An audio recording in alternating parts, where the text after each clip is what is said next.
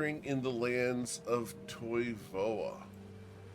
Specifically, you are up north in the waters of the Shinozen Protectorate, headed way deep into the sea, as you have spent several days at sea thanks to the unwelcome initiation of your voyage at the hands of a rakish individual that decided to start your voyage a little early in order to profit from your attendance.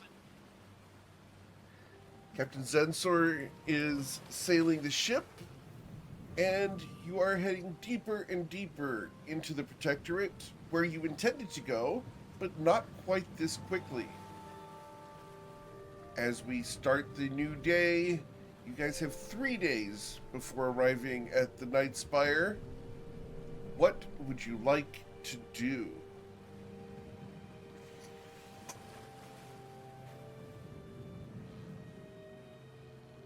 Well, I'm down in the mess with the cook, helping him clean up, and we're talking about cooking fish and stuff, so. What cook? You are the cook. Forgot about that. I found a cookbook. So, Ayla Taylor is currently down below decks talking to herself about how to cook. Understood. Nice. Right. Yeah. She's been in a room with way too many spices for way too long. Teeny tiny room. It's okay to talk to yourself. It's okay to answer yourself. You only have problems when you talk to yourself and then say, "What did you say?" Why does that happen way too often to me? I think Ayla's been in the spices a little bit more than what's making it into the dish. Y'all are just jealous. Wow. Spices must flow. And for the record, Eowyn is out today with a planned absence. They are fine.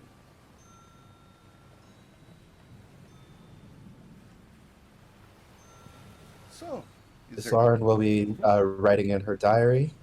Cool. If you'd like to read what Islaren writes on the diary, that is available over at toivoa.fandom.com. It's very interesting. How do we have access to the diary? You go to toivoa.fandom.com. Unfortunately for those characters in the game, they do not have access to it unless she shares it. Hey, it's Lauren. What are you writing? Lauren hides it. I am being a record of my travels. Any good stories in there? Many. Like what? Of course there are, Twilight. You're in them. Which is exactly why he wants to know from a different perspective. Covet just glares at Twilight and is like, enough, let her have her privacy. But she's writing stories. I want to hear these stories. Privacy. I believe I have written about every event that I've experienced that's worth writing down.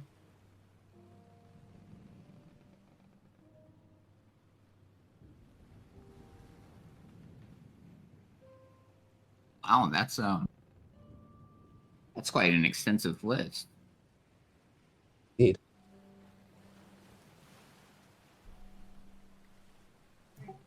Like just of the group here, or does this go beyond or before you have met up with this group? Privacy. Well, I had to leave behind that. I wrote in the girl, but this one contains what I have written down since I left the Protectorate. So what's your favorite? So you're, Covet just Twilight is Blair? willingly failing his wisdom saving throw against narcissism.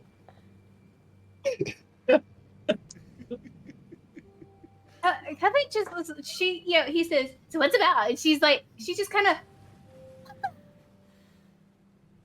why? Let the woman have some privacy. Huh? What? Oh. Oh, okay. What? He gives him a pointed stare and raises an eyebrow. Do you really want to go there? Well, she's doing this in She public. doesn't have to share it.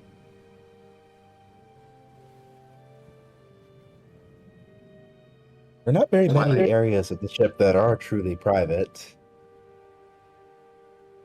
Why I say she doesn't have to share what she writes, and I'm referring to you in third person. Okay.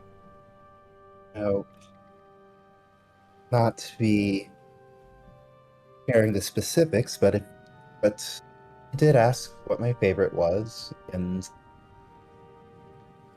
that would be the rescue of Shalom.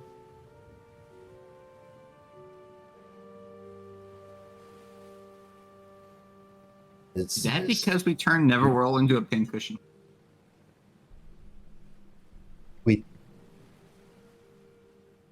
They turn her into a pincushion. But no, it was a moment where we demonstrated great strength as warriors in order to ascend to the top of the tower, but also where we were able to talk her down from mitigated destruction. I hope that that is the case. We're not able to see the ultimate results, how Australia was affected, but I get it as a moment for us to be proud of ourselves. To take it as an example for what we're capable of and what we should aim for in the future. I hold it with pride.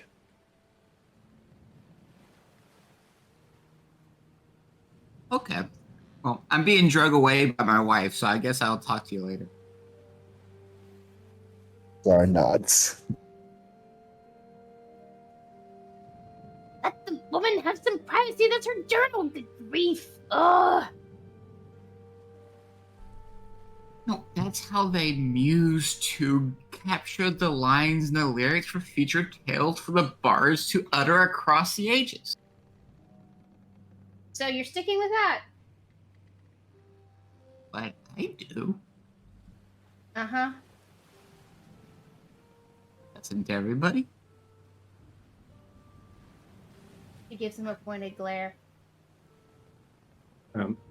Kiki flies down from the Kiki nest and lands on the deck near Islaren. So, what are you writing there? What do you got? Islard snaps her drill shut again. Oh, was it private? Oh, I'm sorry.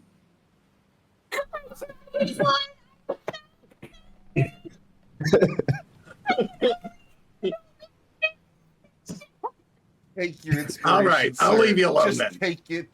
Just take it and be happy with it. That was perfect.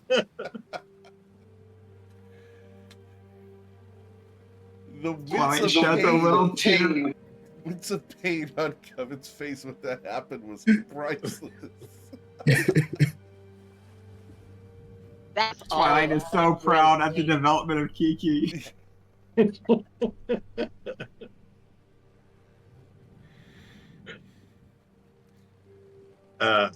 then Kiki's gonna walk over to where Twilight and Covet are at. I don't know. I think there's something wrong with this Lauren. I think I bothered her. But Covet, did you want to study some more? We didn't do so good the first time, but maybe, I can teach you some primordial. Oh yeah, I would love to learn that. And And I was still teaching you Sylvan, right? Yeah, that's what I want to learn because, you know, I want to be closer to nature. Okay. Well, if y'all go do that, I'm gonna work on my whispers. All right. Hey. So what do we need to roll to do this, GM? It's an intelligence check up at the top. Ooh, yeah, those are great for me. And that Oh, may not fantastic. work right now, but they're working on getting that fixed. It didn't roll. The Beyond 20 team is still working through the changes to D&D Beyond. So with the 17, you make progress with your whispers once again. However, How did I do? he does not progress with his Sylvan, and neither does Covet with Primordial. As linguistics, Totally trash. Now, Inky, you did 2d20 minus 2 instead of plus 2. yeah, and that was the total. was only 2. Yeah, that is my intelligence. So, unfortunately, no. Neither of you gain any functional knowledge, as the words you tried to share with each other are incomprehensible to your current linguistic skill. I mean, do we learn at least one curse word? I mean, everybody learns at least one curse word in any language. Not yet. Even to the curse words yet, you're still butchering the pronunciation of the vowels. So this is not guttural enough. Then it needs to be. Yeah, Phrasing. try. Add a little more. Try this. Thank you for laughing, Ayla. But it's the truth. Are you okay over there, Covet? Okay.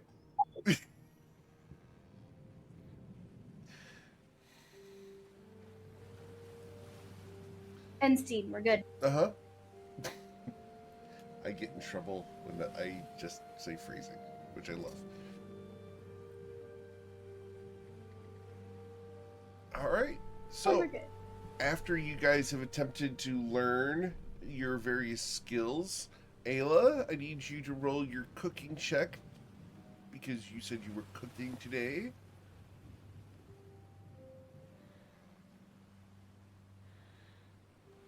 As we pinch the air.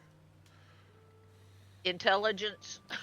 No, just this is not a language. This is cooking, so it would be your survival check. Down in the middle. Ah, there it is. Yeah. I just had to find it. Mm-hmm. The 17, Ayla gets even better at cooking.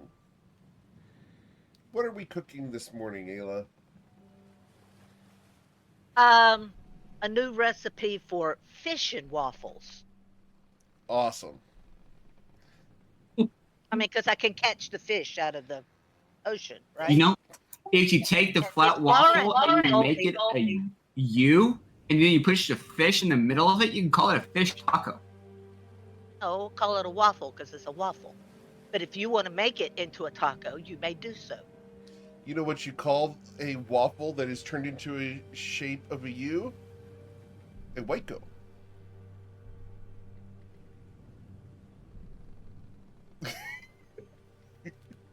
A wacko, yeah.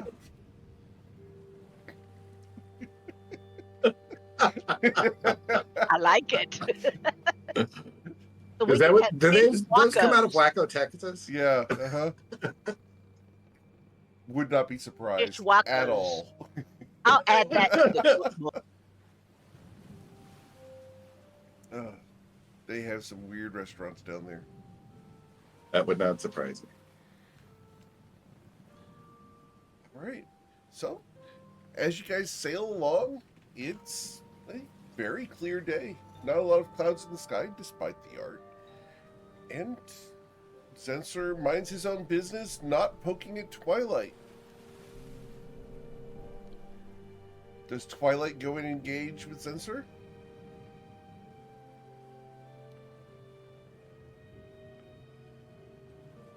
don't know if Covet has allowed Twilight to have free roam of the ship yet or not. Okay. Okay. Gee So, whiz. how long are you going to hold his attention for, Covet? Because we know for a fact that you can hold his attention for as long as you desire. She has my attention for the rest of her life. Yeah. Oh, All right. Well, Twilight will not get away for the rest of his life. Is it because she asked, "Can I have your attention?" and you said yes? Ooh, yeah, baby eels. Yep. You're learning, Lauren. You're learning.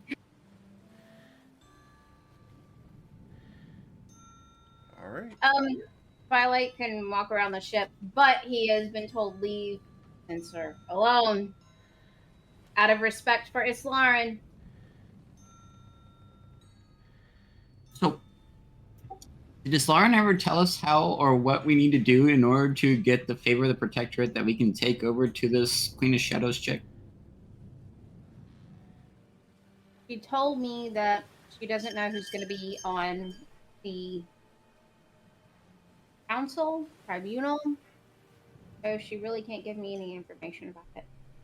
So what do we do with the Protectorate so that they can give favor to this Queen of Shadows? Behave yourself. Well, we're Big screwed. thing. That's kind of what I thought, but I am concerned. I'm not going to lie. Because when we're in Tatiana's court, I know exactly what to do. But Protectorate is so secretive. And I understand why, but And what were they going to require from the Queen of Shadows for this whatever favor that this Queen of Shadows wants? it's more of show of force. I've got something else that will make the Queen of Shadows want to work with me. But I mean, but with every type of transaction or agreement or whatever else, there's a give and take. It has to be the benefit from one party to the other. So we can go in and ask Protectorate, hey, we want you to show a favor to this Queen of Shadows, but what are they going to get in return? good question. I really don't know. And unfortunately, it sounds like Islaren doesn't either, or is unwilling to tell me. Which would be given, which is why I'm a little bit upset that we left Nausea as early as we did. Leave him alone. Because now we don't have any type of leverage or boon or trade stuff that would allow us to begin this negotiation process. Maybe we can trade them Zinser.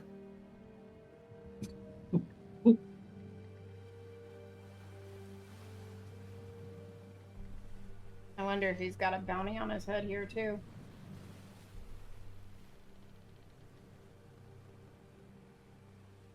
Be interesting. What do you think, Kiki? I mean, we could find out.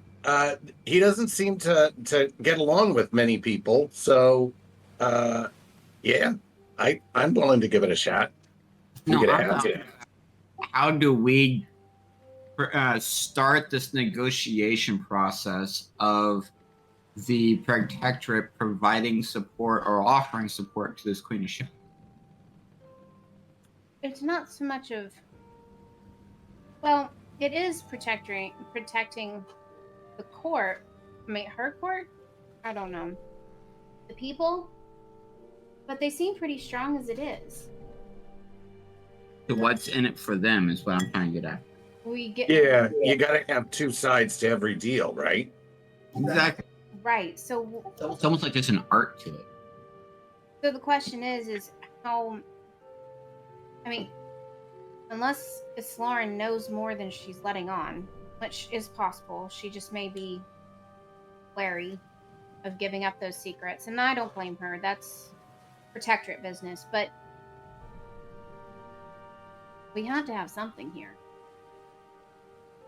Because right now we don't have a wing, a prayer, or a leg to stand on when we go in to begin this negotiation process. I mean, the only thing that I can say is that if the Fey realm continues to bleed over and all of the realms go into chaos, the biggest thing that I know that would happen to the Protectorate is that their trade routes would be incessantly disrupted. Anytime that we've seen a realm go to shit, each of the warring factions circle the wagons, protect themselves, and seek after their own interests. Agreed. Rarely have I seen factions unite, band together to combat a necessary Common evil, an enemy. I mean, I just don't see that happening, which then brings us back to what are we negotiating with? If the Fey realms are really pouring into the our current material realm, then wouldn't that mean that they would the Protectorate would want to stop that too? I mean, it feels like that's an existential threat. Like we're all going to be dead. Isn't that under the Watchers? Isn't that what Islarin said at one point? That was Watcher business?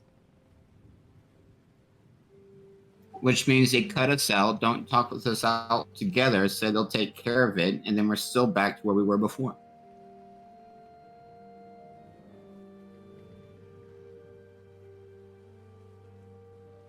Is this I think we're going to have to ask Islaring. I don't know what we use for leverage. I know she doesn't necessarily trust me at the moment. I don't blame you if you don't either. But for the greater good, we need to figure out what we need, what this bargaining chip is. Otherwise, we're going there just to turn Islarin in, and that's not what I want to do. I want her to have her freedom. I mean, we're going to have to figure this out regardless, because even when we go down to Ayla's island, we're going to have to do this thing all over again. It's kind of like showing up, hey, guess what? There's a problem. How are you going to fix it? And there's nothing we bring to the table besides being emissaries, go-betweens, or whatever else. And then they just may tell us to F off and be done with it. I mean, I do have a few things, but nothing for the Protectorate. The only thing that I have is what a Bay Court's like, but that's about it. I'm certain it's nothing like the Protectorate. But then the Protectorate is very secretive. Awesome. So we walk in with moral good and plain obligation. I agree with Kiki. We need to talk to Islarin. But as Lauren just shoved the door or slammed the door in Kiki's face. Close the book. That was her journal. Good grief! Oh, it was her journal. Oh, okay. I get it now. Metaphorically, slamming the door. Journal! Privacy. Lyrical musings and wordplay development. Okay, I can't lie with that one, but okay.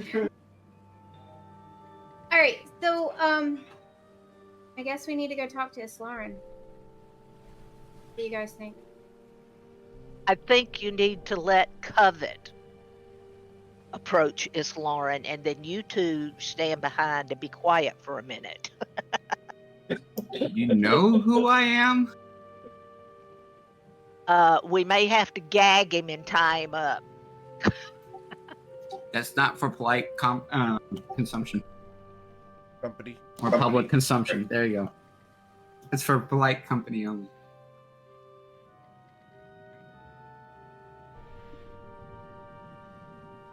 It's Why okay, is Covet Covet. blushing? It's okay, Covet. This too shall pass. Like a kidney stone.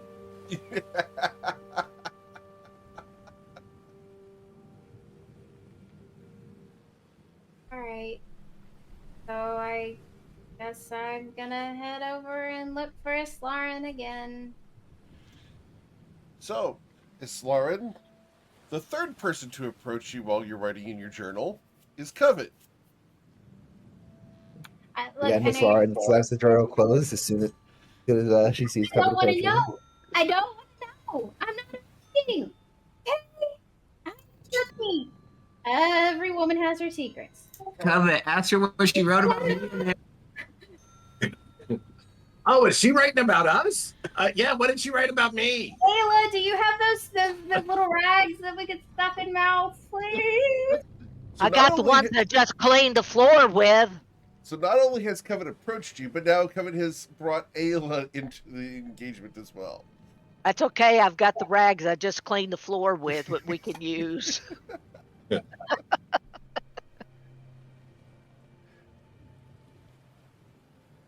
MKO, give me mercy. Grace, mercy, all of it. Is everything all right?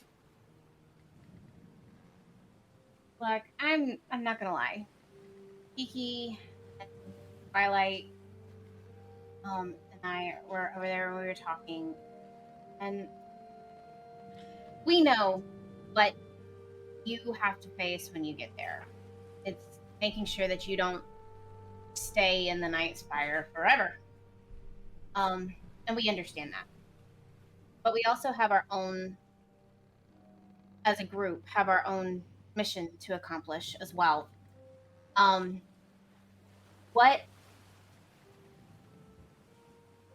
I just need. Salud. We were talking about how are we going to get Protectorate to help us? Twilight said, in every combat, any combat situation, any war situation, you see different countries go circle the wagons, so to speak, and protect themselves and their interests, not band together with other countries to deal with the problem. I guess what I'm asking is, what can we offer them to work with us? Because the last thing I want is just to turn you over for you to go in there and stay there for the rest of your life. That's not what I want. I don't want you to do something you don't want to do.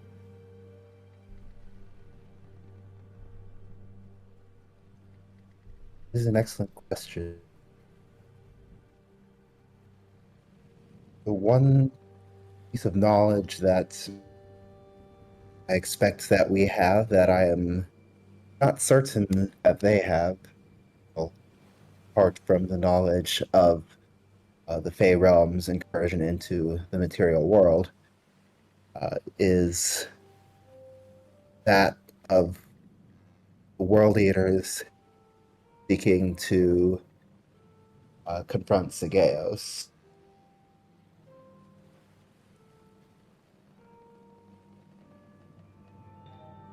Saw that Captain Smith was in search of world eaters to run. I wonder if this knowledge of what they are doing and what they may be seeking to gain will be of value. Or, of course, it is possible that they've found this out already, but it is what we have. I would hesitate to them to actually attack the World Eaters before they hit Sigeos, though. Seems it would be useful to let them fight each other, and hopefully assist in bringing Sigeos down.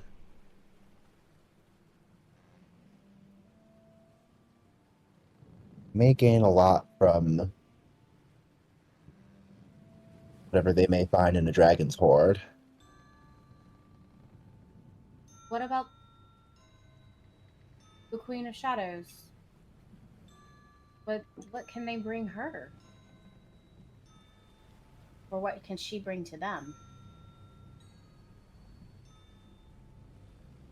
And to top it all off, I'm afraid that if we tell them about the Fey realm bleeding into the material plane, that it'll turn into a this is only Watcher business. Isn't that what you said? That they don't let them cross kind of situation? That's what the Watchers do. That is I don't indeed want what the Watchers do.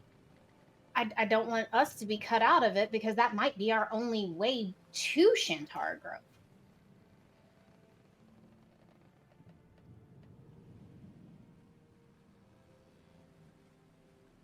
I just have a lot of questions. I don't want to go in unprepared, and you know that. But also, I want this to be the best possible outcome for everybody, especially you. I want you to be thrown into, what do they call it? The brig? For life. Lawrence Miles Riley.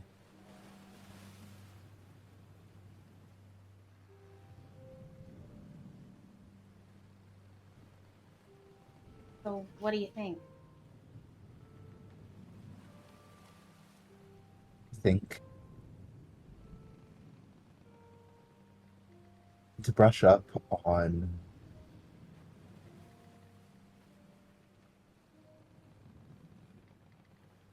what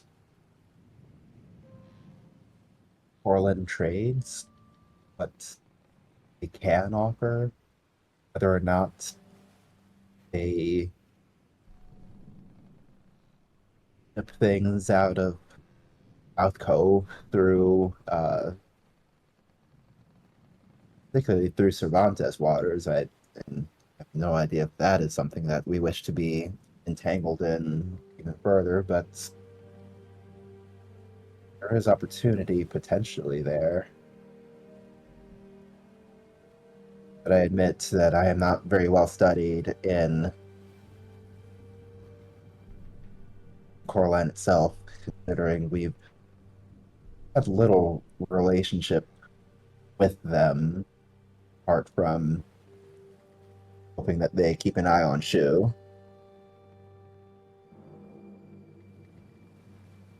Oh, it's interesting you say that.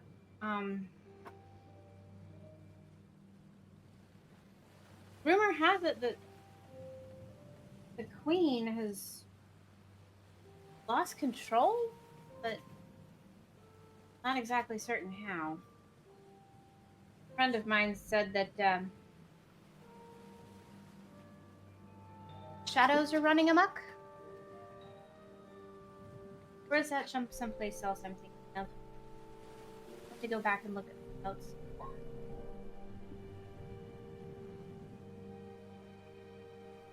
But things seem That is running unstable. amok in Book and not just in Nausha. I think so.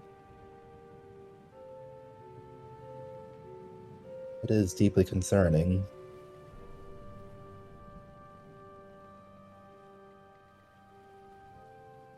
I had wondered if the Queen of Shadows was simply a title meant to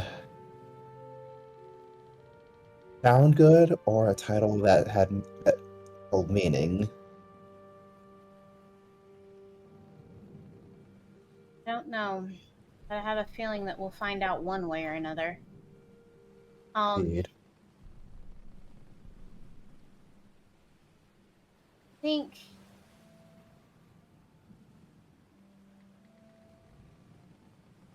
I'm looking at my sorry.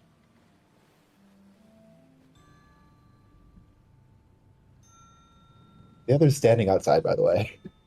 Out of character. Where? That are the others like standing like just like outside of I'm wherever we are. assuming That's that everyone is right there in a circle around you, except for Eowyn, who is off to the okay. side in a corner, glaring at the sea, impatiently waiting to get to where you're going.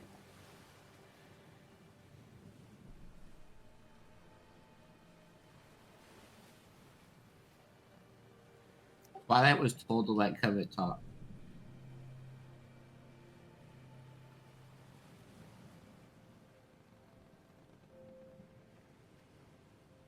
Lauren glances curiously at the others, but says nothing about it. She goes and takes the cloth out of Twilight and Kiki's mouth. Am I missing something here? Oh, thank you. That was disgusting. Ayla, what'd you do with that rag? I told you I cleaned the floor with it if y'all weren't such Oh, slobs. I gotta go wash my mouth out. Either way, she grabs his ear. Stay here. Oh! You're part of this conversation. Now, did I miss anything here? Twilight, Well, that the usually- residue of sea scum and salt is in your mouth, forming a slimy But resident scum across your textures. teeth.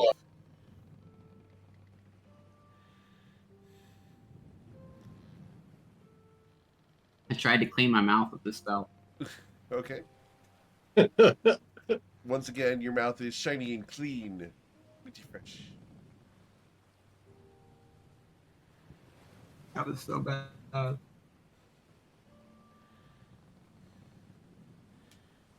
Okay. So is there anything that Covet has missed in Twilight? Kiki?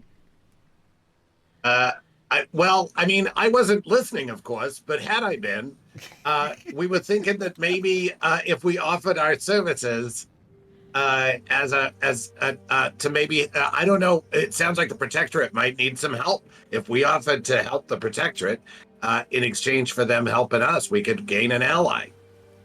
I mean, I'm always able to rise to the task, but it's up to Covet as to what kind of services I'm offering to the Protectorate.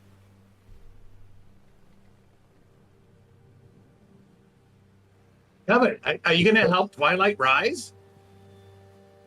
Oh. Help me. Help me. Not helping you. That's not my job. Now, guys, From what I understand, guys. Twilight just... Never mind. Twilight doesn't need much help.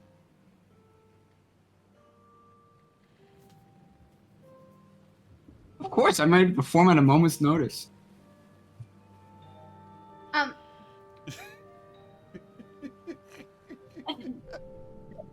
Wow. do you think they just need us to do the soft shoe? Like, here, let me do my. Kiki's gonna do his soft shoe again, that he did with Twilight earlier. It's You great. think that's enough to get him to be our ally? I don't know. It's different people like different types of performances. Fair enough.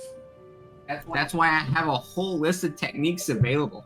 Lauren, I've lost control here. I just you know. Did you Twilight? ever have control? No.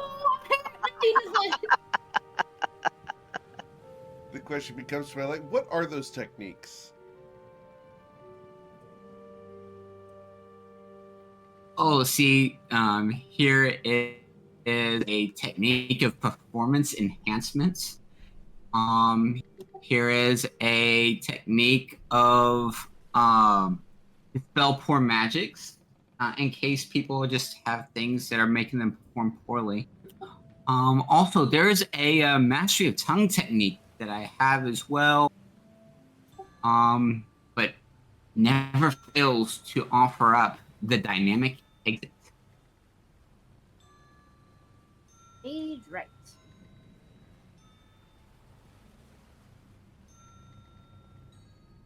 And of course, there's always my natural techniques as well. I don't have enough alcohol for this session. Oh gosh.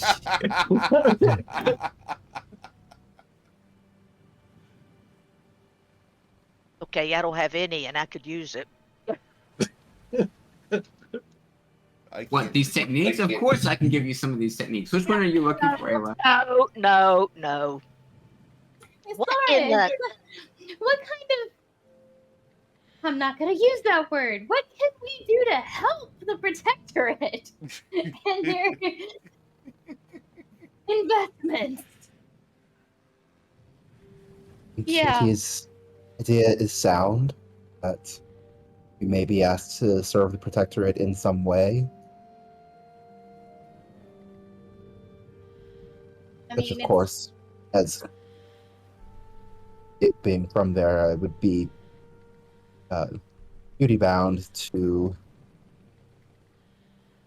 do so, although ideally be something I can accomplish along with the other duties that we have.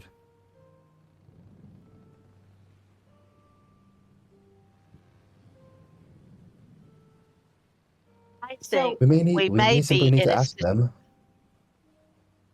I was just going to say, I think we may be in a situation where we're going to have to wait until we get there to see who's in charge before we can come to definitive answers. Yes, we can offer our services, whatever they may be. And because we do have a unique blend of services and functions that we can perform. And I think that maybe I'm trying like very hard. I haven't said a thing. I am trying very hard. Nonetheless, because this Lauren doesn't know who's going to be on the council, because we don't know how they're going to react to any of this, we may just have to play this on the fly, guys. Ooh, improv and ad-lib. Awesome. I thought that'd be right up your alley. And maybe even a little ad hoc.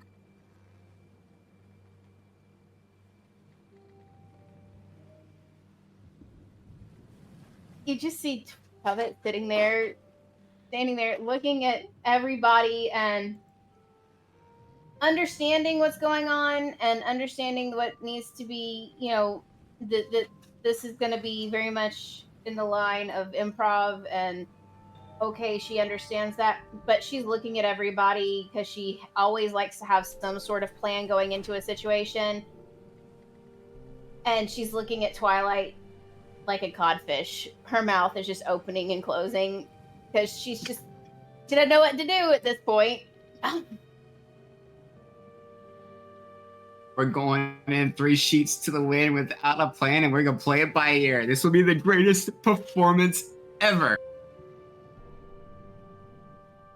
You see Covet nod and look at everybody and nod at them and Miss Lauren, and she nods a lot, and then she turns around and heads towards the bow of the ship and just kind of slumps to the ground and just like, oh gods, help me, oh gods. I kind of feel like, what was it? Oh, that book that I read some time ago where they said we always have plans and we go in to do our plan and nothing ever works according to plan and we have to make it up on the fly anyway. I kind of feel like we may be in that kind of situation. I mean, serious. I mean, the plans never survive first strike of the sword anyway. Right. That's my point. Map out the currents all you want and find that they have come to a completely different destination than you intended. Exactly. Is this a lyrical engagement? Is this a steel engagement? Is this a battle of wit of interactions? Or is this other services that may be needed to perform? I think we'll have to wait until we get there to see which of those situations it is. Yeah, I think we just have to agree on the goal is that we want to have their help. So as long as we all know what the goal is, right, we just have to see what they want. So Exactly. extremely satisfied and pleased patrons. Got it. There you go. The wisdom to understand what is required of us, patience to wait for it to emerge, and the convincingness to persuade what to persuade whoever we need to persuade of what we need to persuade them. Oh, I can be very persuasive. Well, I think we just have to have faith in each other. We all have a common goal, and we've got to have faith in each other that we can accomplish that goal. And come out richer. You got it. I like that, Ayla. That's a good thought. Yeah, we just have to have faith in each other. You see Covet still kind of she nods and gives a thumbs up, but she's just like, there is no plan. There is no plan. Plan. There is no plan. So your wife is kind of a planner, I've heard. Oh, this is the bestest of plans. There is no plan. This is amazing.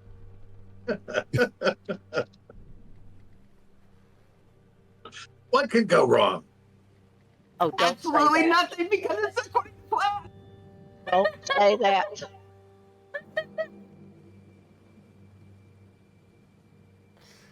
For those who cannot see the webcam, Covet is currently going through a conniption.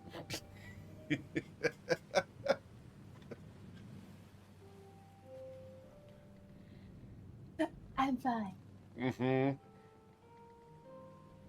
It'll be okay, Covet. I mean, I believe in all of us. I think that we all offer something unique to the bargaining table. And I believe that we can do this. I do too. So, Ayla, what do And you that- bring to the bargaining table? I can cook up a storm, honey. No, please not. We're on the open ocean right now. Plus the fact, I know, I'll try not to do that, but plus the fact that I do have the wisdom of that has been handed down to me from my mother, of our God, who can empower me to do more than I could do by myself. Which has nothing to do with cooking. It has to do with faith and believing in people. Interesting. Okay, all right, we'll work on that one. We'll shop it a little bit. Kiki, what do you bring to the table? Well, I'm light on my feet, and I'm pretty good in a battle. Let's see. And I'm pretty wise, I think. And if I keep studying, I'll be able to speak Sylvan, which that I think might come in handy. Who knows? I think that might take a while. All right, so we may use you for the demonstration portion of whatever it is that we're negotiating with. Perfect. Awesome. Aelin, what do you bring to the table? Excuse me? What? Oh, What? fire. Lots of fire. That tracks. That's hot.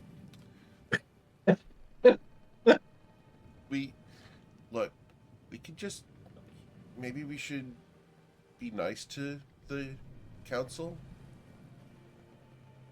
and just be professional and maybe course, not that's let plan B. Twilight talk at all. This is a good plan. I like this plan.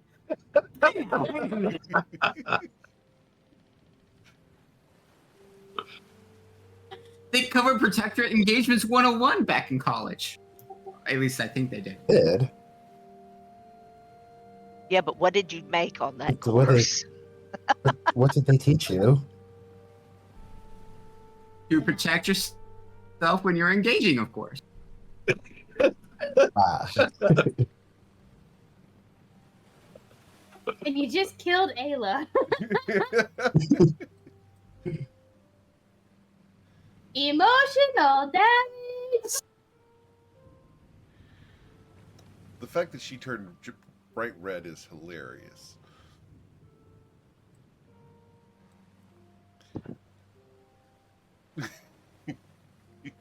There is no plan. There's no Ah. plan. The Twilight only is talking. the best plan so far, and that was come up by Eowyn. Don't let Twilight talk. Hey, wait a minute.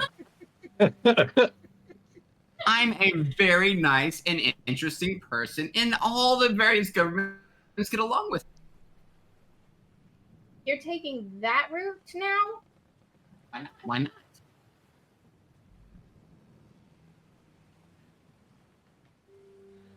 Uh-huh.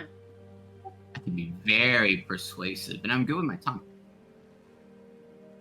Yeah, I know. On both accounts. Please don't do that. Ayla, please don't do that. I love it. Lauren raises an eyebrow. That's great. All right. So, yeah. You don't want me to engage with the leadership and rub shoulders and bump elbows, and who's going to do it? I think Covet should, says Eowyn.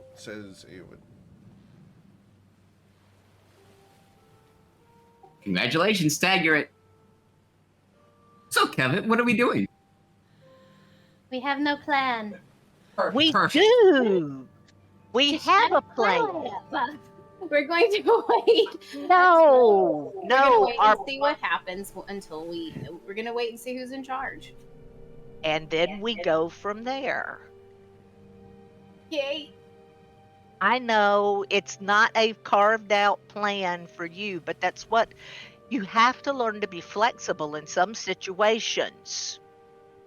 I enjoy when people are.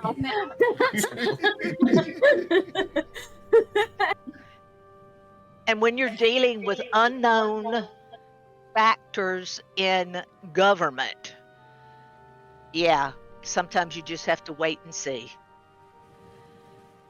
I know. So, are we going to have some type of hand or signals or nods or whatever else so that I know when I need to bring out the longbow instead of the pan flute? Watch Covet. She'll tell you. I will keep my eyes on Covet. Covet gives a smile. A very cheesy grin. So, we're going to do the whole finger across the neck type of thing for all of the engagements, or how are we We'll doing? figure that out later. No, I need to know this so I can plan accordingly.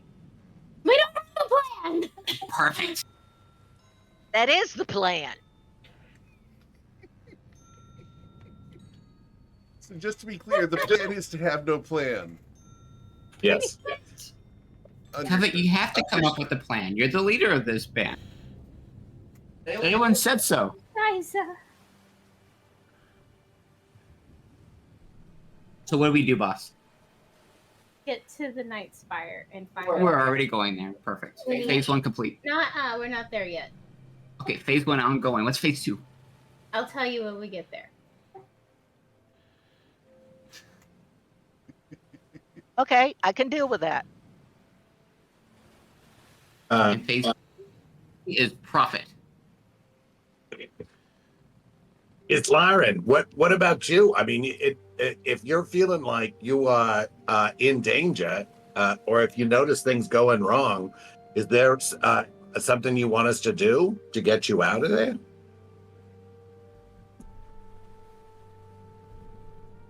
I'm hearing jailbreak. I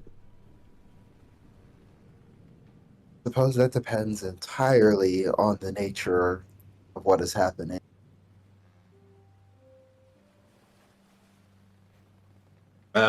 Do you have a sign you want to give us?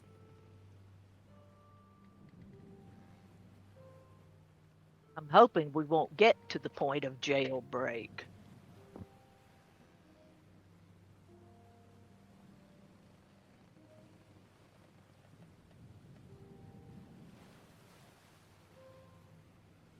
Miss Lauren? If I yield my diary to someone, that is surely a sign that I am in distress. All right. We will watch for that. I look forward to receiving your diary. Oh gosh. Just because I hand it to someone does not mean I want them to read it. Publication rights are included in part of Why not transaction give it from one party to the second party. Ayla or myself, even Eowyn. Anyone will burn it. No, Will she not? won't. I'll burn you, Twilight. You've already have. Do it again. That's on Again. brand. That's on brand. That totally tracks. I'm just saying. Just trying to play true to the character. There you Yep, go. totally tracks. Okay. There may be other signs I can provide if that one is not available, but and So, do you want to be put in handcuffs and irons and a gag in the back of your head and ankle bracelets and? Twilight, Oh, hush, Twilight. just make sure that if you hand something over to one of us, something that is important to you, that we know that you would never let leave your person unless it was necessary. And no, I see. we don't want your underwear. I'm saying that before Twilight says anything. I wasn't going after her. I wanted to make sure that she was okay with being put in irons or not. That kind of consent does not matter to you. Well, if they go to put her in irons, I need to know whether or not I'm preventing the situation. She will let us know one way or another. If they attempt to put me in irons, and for any reason I think I should not be in irons, will not be subtle. Yeah. Okay. A woman after my own heart. So you'll be bound willingly. Twilight,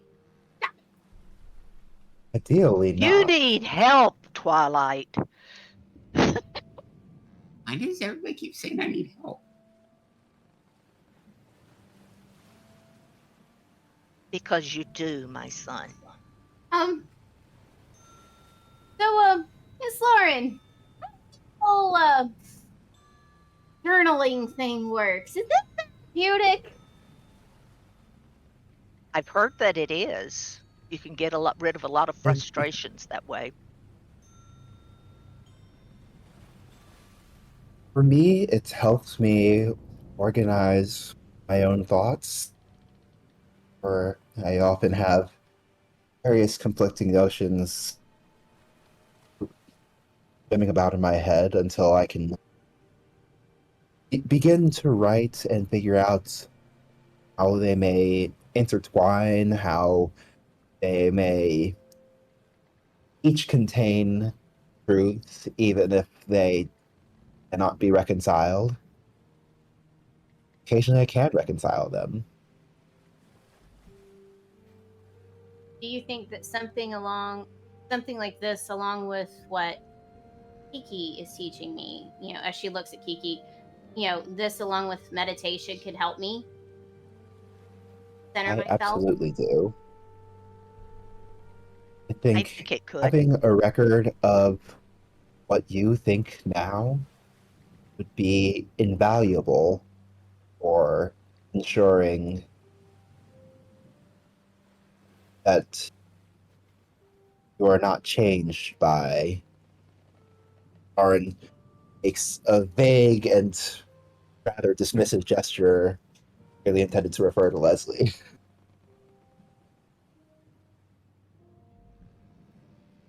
That's fair. I do turn to her I a would- lot, don't I? I would also say you might want to put a lock on it. Yeah, we don't want it to turn into lyrics, do we? No, we don't. It'd be the greatest ballad of the century. Definitely a lock. Maybe a magical lock.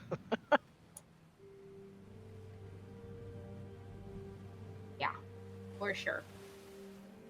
So, He does have lock picking skills, I think. so do you start off with like you would a letter or something, or is it just recounting of what you did today.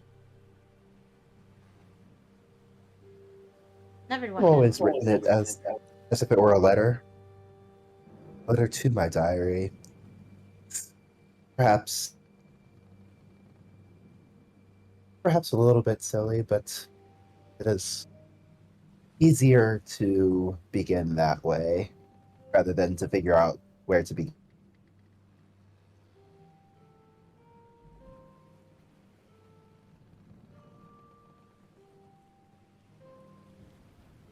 Okay. Done that since I was 8. Certain you got a lot of books at home, huh? That are nothing but diaries. That's a lot of material to work with. Not for your eyes.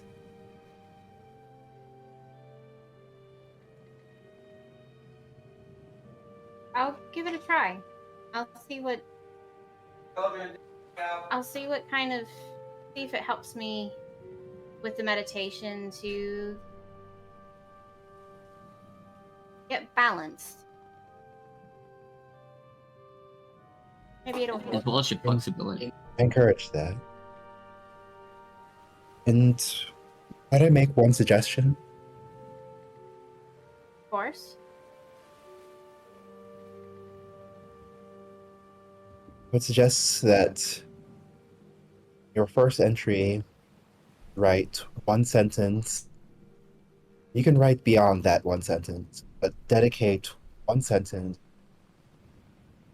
state something that at the very core of your being you fundamentally believe. Whether it is something profound or mundane, something, as long as it is something that matters to you, that be a signpost and a guiding light for you.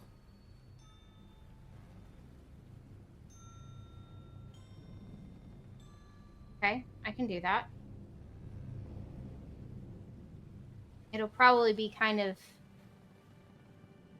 I guess, stutter steppy at the beginning, but I guess over time I hope it gets better. It is We'll see. perfectly fine. There's only one member of the audience of Journal, and that is you.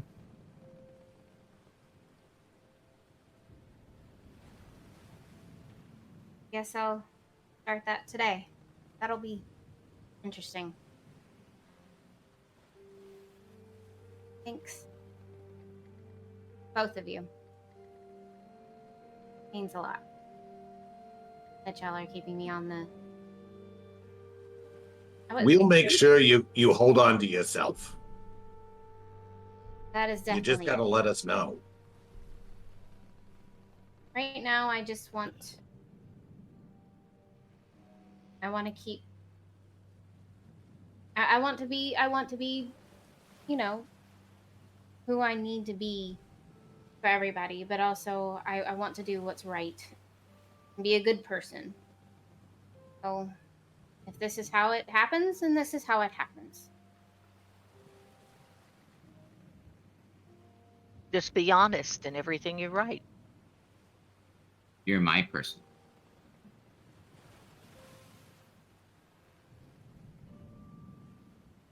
Guess I better. You should take this as well. And Ayla, you should take this. And Ron will hand Covet a ring and Ayla a choker necklace. Oh, thank you. It's lovely. Did you make this? I did. Ring, What is it? Beautiful. ring has black onyx and zircon in it. It is black and blue. Match Covet's color scheme as much as possible. Ron will tell you, in our tradition, these gems are supposed to provide protection from negative feelings and evil spirits. And necklace for Ayla, Beautiful. vinyl and tourmaline. It is a pink and green necklace. that Islan will say, it's meant to provide hope, energy, as well as grounding and protection. Nice. Oh, thank you so much. This is beautiful. It is Of stunning. course. Thank you.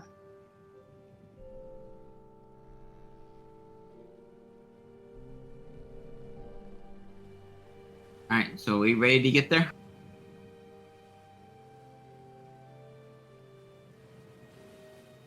How much more time do we have to get to Right. the protectorate? 2.5 days, I think.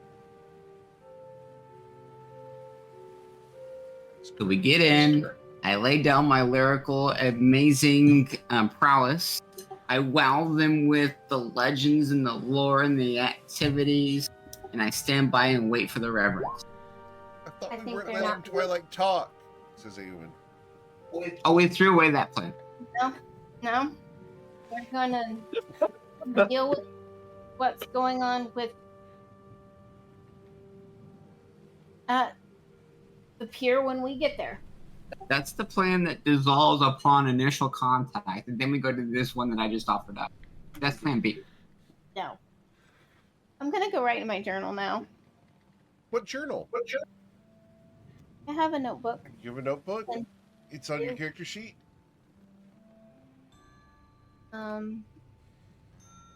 Sketchbook, quills and ink, which I Okay. haven't sketched this book for a long time, so it's mainly like just like 3 or 4 pictures at the beginning and then a whole bunch of empty pages. Okay. Very well. What are the pictures of? Some of them are of absence before before he was tainted by Zokareth. A rough sketch of Zokareth. There's a picture of Twilight. There's a picture of Islarin and Kiki. And I hadn't drawn Ayla or Kiki or Eowyn yet. Okay. Yeah, this line.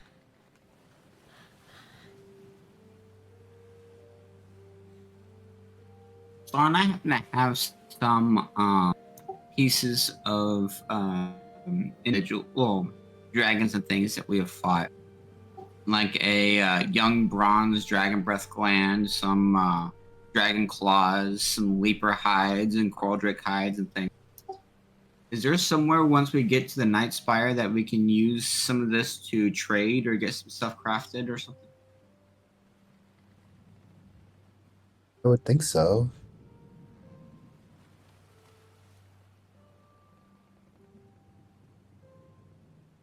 Do y'all use the same gold currency, or do y'all use something different in the project?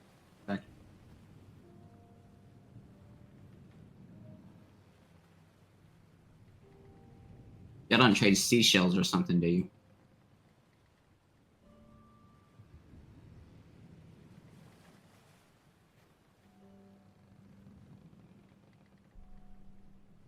Lauren? Sorry, I'm notes that you sent me. Oh, okay. Just checking the reference. Yeah.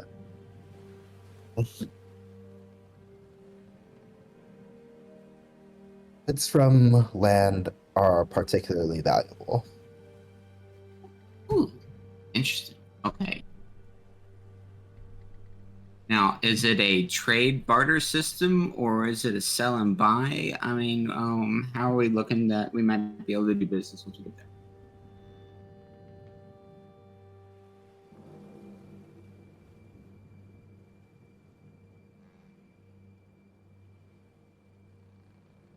I believe we ought to be able to sell and buy in addition to bartering.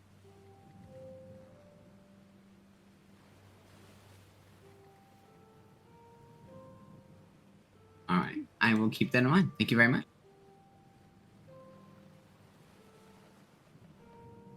And Twilight will go off to see what he wants as his opening act.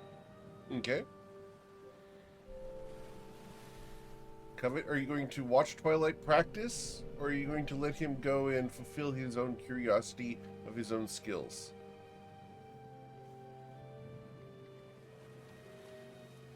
I'm gonna go let him practice. I'm gonna sit here and kind of stare at this open sketchbook with a quill and ink and try to figure out what in the heck I'm gonna put in this newfound diary. Okay. Does Covet have a case of slight ADHD? Because would Twilight be distracting Covet from time to time? For sure. Very well. So how distracting am I? Please roll your performance check, sir.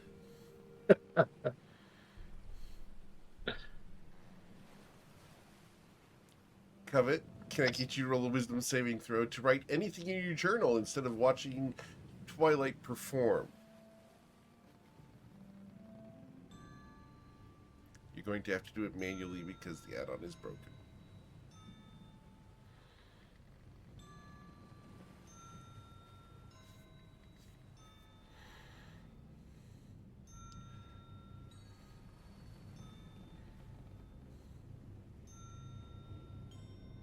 So a 12.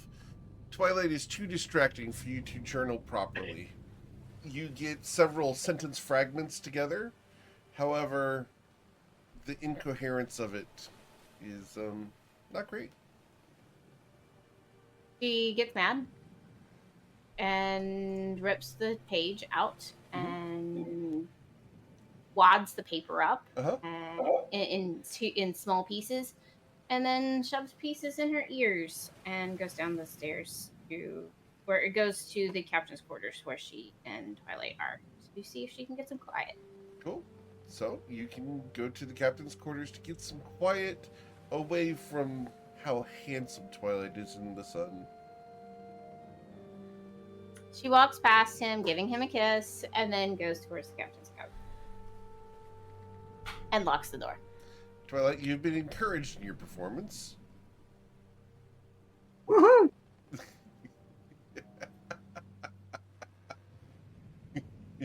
It's slightly distracting. Yeah, for a moment. Uh-huh. Yeah.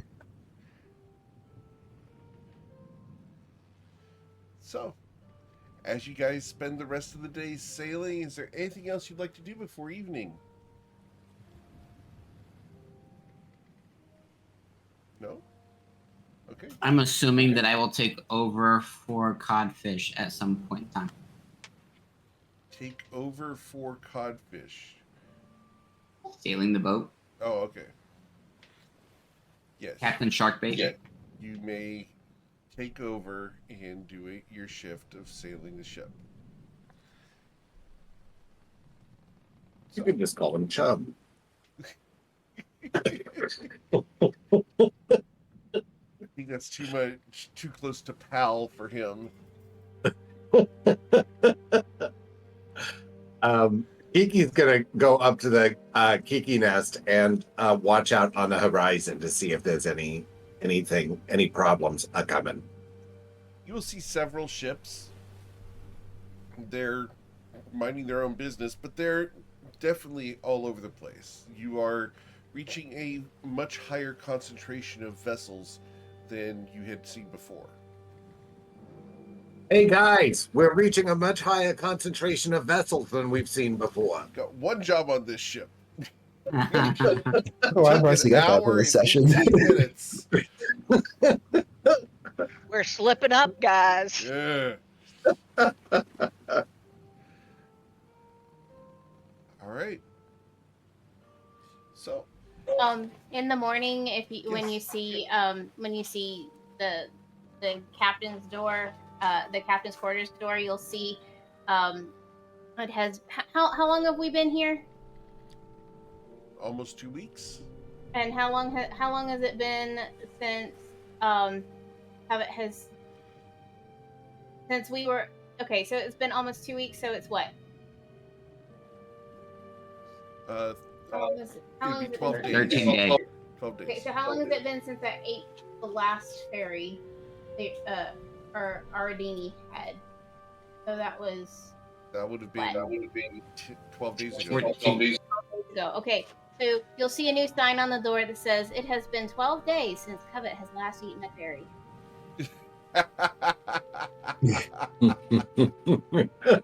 Uh-huh. Someone's trying to appeal to the audience.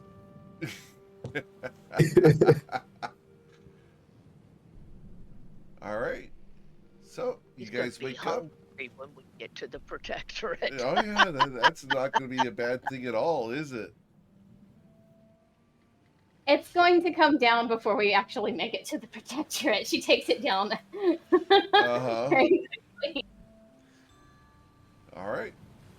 So, 2 days out. Anything special you guys want to do today? Otherwise, we can gloss over the whole day. Continuing whispers. Yes, sir. Please roll your intelligence check. Same old, same old. Okay. Same thing with Primordial for me. Nice. And Sylvan for me. Twilight, you begin hearing whispers in your mind. Whispers from a far-off place. Whispers of the Shantara Grove. You can see them. You can see hints of places where the Shantara Grove could leak out. You see little hints of the Shantara Grove's shoreline. The waves just break just so, and it's a hint of what you remember. It's been a long time. But now, Twilight's Call, as you have gained the ability to tap into the whispers, you're going to, I want to make sure I get this right. One moment, I want to make sure I say the right spell here. You will be able to cast divination once per day.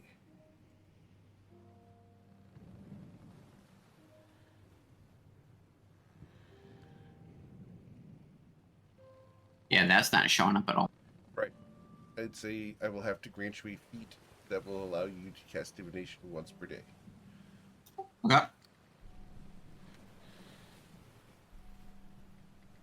I will add that to your character sheet at some point. Okay.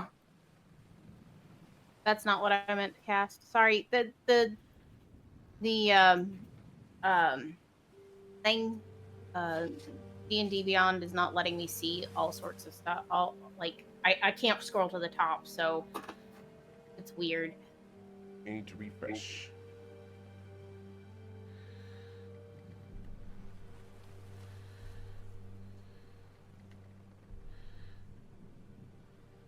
All right. So the second day passes, and then at dawn on the third day, which is a fun thing to say. Real quick, Yes. we had rolled for our languages as well. I got Yes, a ma'am. 19, Kiki got a 15. So you each get some progress, which is great. We finally learned the curse words. You learn a curse word. Which curse word would you like? I mean, let's stick with the theme. Let's go with Shaisa. Okay. Yeah. So we're going with Shiza. In Primordial Sans How, Kiki. I think it sounds the same. Shaisa. Okay. Can we just establish We've just established primordial is Primordial German? is German. Understood. If Infernal is Swedish, Primordial is German. Got it. There we go. Wow. Okay. Wow, that's great. I mean, it does in some sense make sense since like English is a Germanic language at its root. Goodness. Yeah. And then Sylvan. What is Shiza in Sylvan, Covet? Hold on. She's going to Google Translate. I want to make sure I'm saying it right, ish.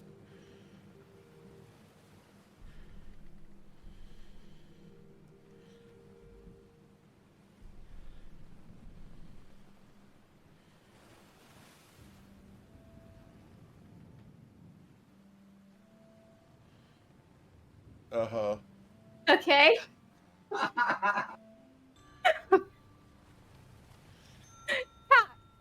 Uh-huh.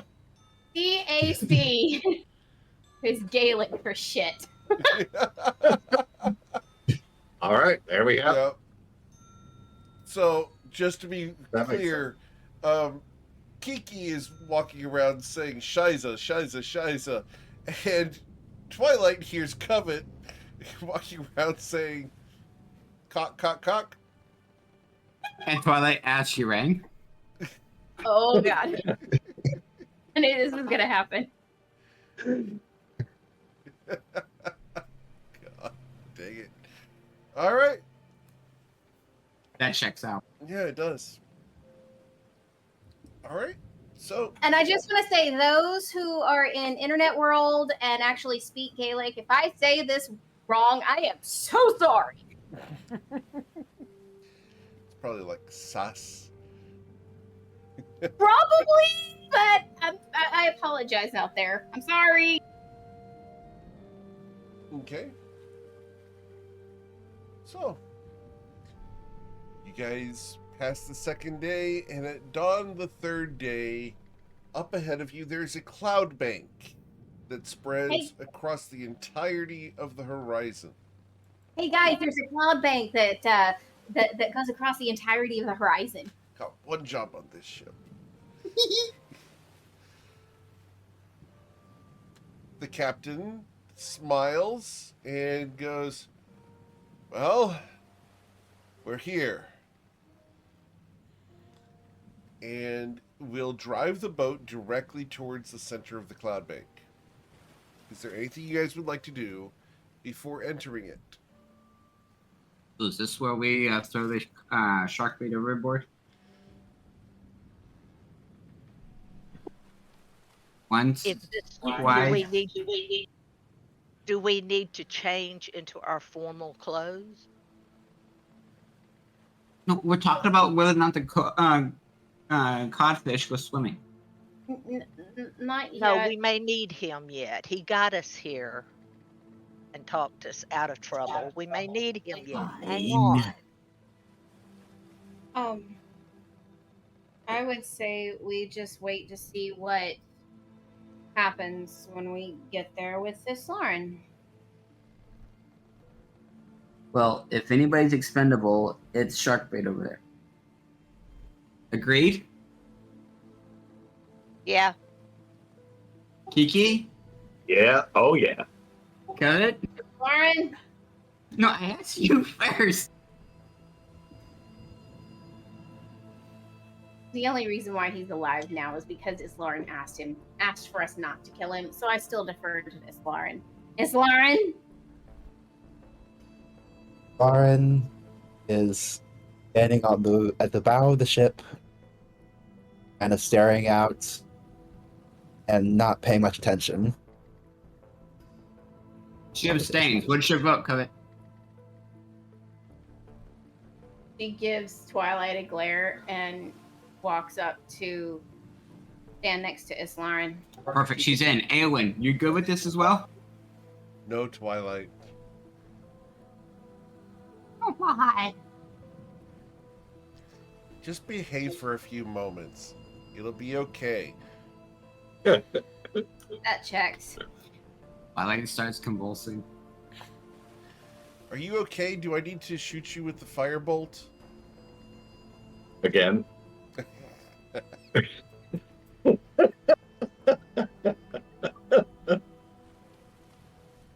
No, I do not need these nuts roasted on an open fire. With that conversation still going, Covet kind of nudges Islauren with her elbow and is like, "You all right there?"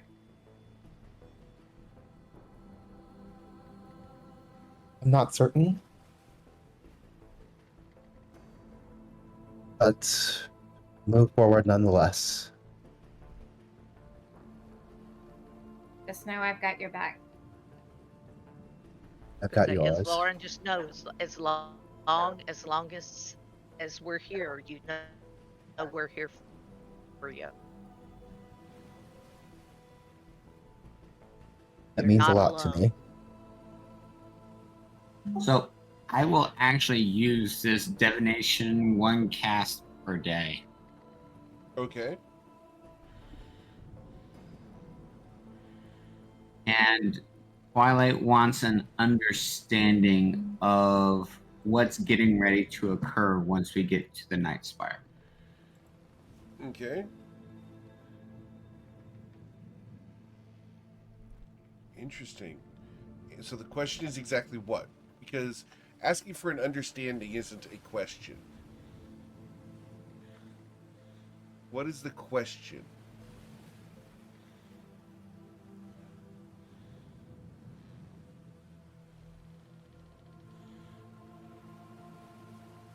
The question is, will we have a warm reception at the Night Spire? Ooh. Interesting. And you're asking MKL about this. So the response that you get, Twilight, as the whispers linger around you, so only you can hear it. Warm is a subjective sensation. It will not be hot, and it will not be cold.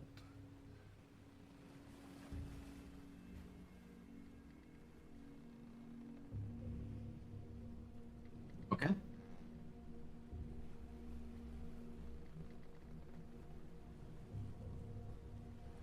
Alright? So, you guys sail into the cloud bank and are unable to even see the water at the side of the ship. The cloud is so thick, and the ship will lurch and slow down. You feel the waves calm, and silence reigns aboard the ship. You'll hear the attaching of ropes to the front of the ship as grappling hooks latch onto the front of the ship. Clink, clink, clink. Islarin, this is normal. For the rest of the crew, you just had grappling hooks thrown aboard your ship, and the ship will surge forward. Is Lauren, is this normal? Yeah, I was gonna say that's what Kiki does too. Is looks at us, Lauren. Cut the ropes! Shush, Twilight. Is Lauren, is quiet. this normal? There's nothing to be worried about, apart from all the things we are already worrying about. So no pressure whatsoever? Gotcha, sure. Twilight pauses, cutting the grappling hook with the rapier. No cutting the rope. He reaches Hey. for the rapier.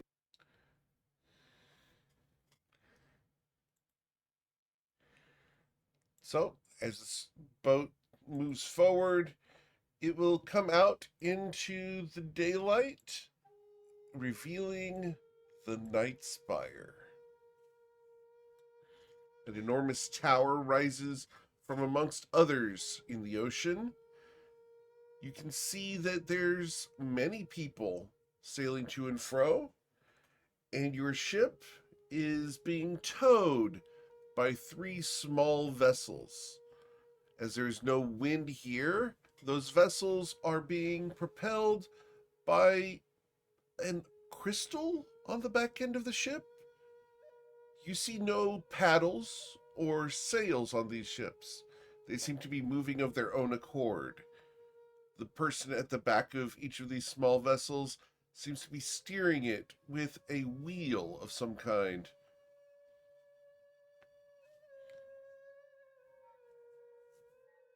You are being directed towards the main tower. and towards a dock where a man stands waiting for you. He's tall, handsome, and dressed in armor. Miss Lauren, your father is waiting for you. Lauren, somebody you know?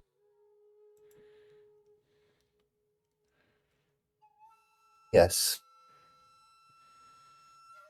Major Is it- Carlos Bonazat, my father.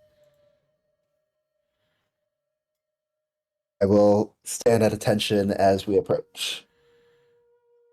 As you approach, he looks up and sees you. His heels click together and he salutes. Put him back. He scowls at the other members of the crew as the ship is brought to the dock and lines are thrown. Zeros goes over and tries to help dock the ship, which the other dock hands allow him to do so. He steps forward to your father. Major, I've brought the fugitive.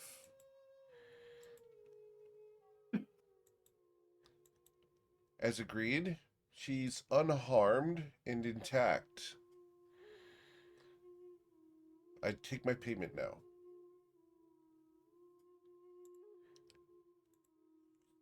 Your father looks at him and, without a word, hands him a small pouch.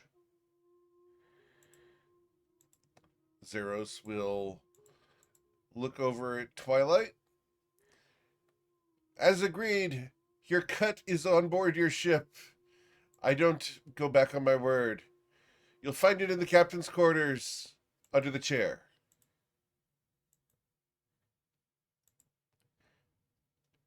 And he will saunter off, leaving you guys. Twilight will go look. I'm sorry? Twilight will go look. Okay. Twilight's going to go running into the captain's quarters. Awesome. Removing the fairy consumption sign on the door in the process. Which is now 14 days. I'm so proud of me. So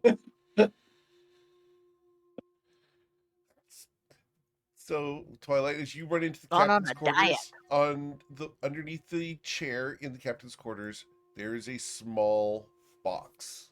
It's about 8 inches by 8 inches. I will open it.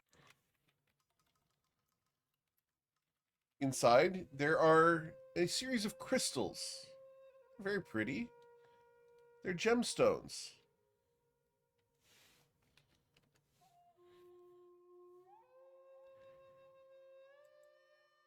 All right. I will secure the gemstone. Okay.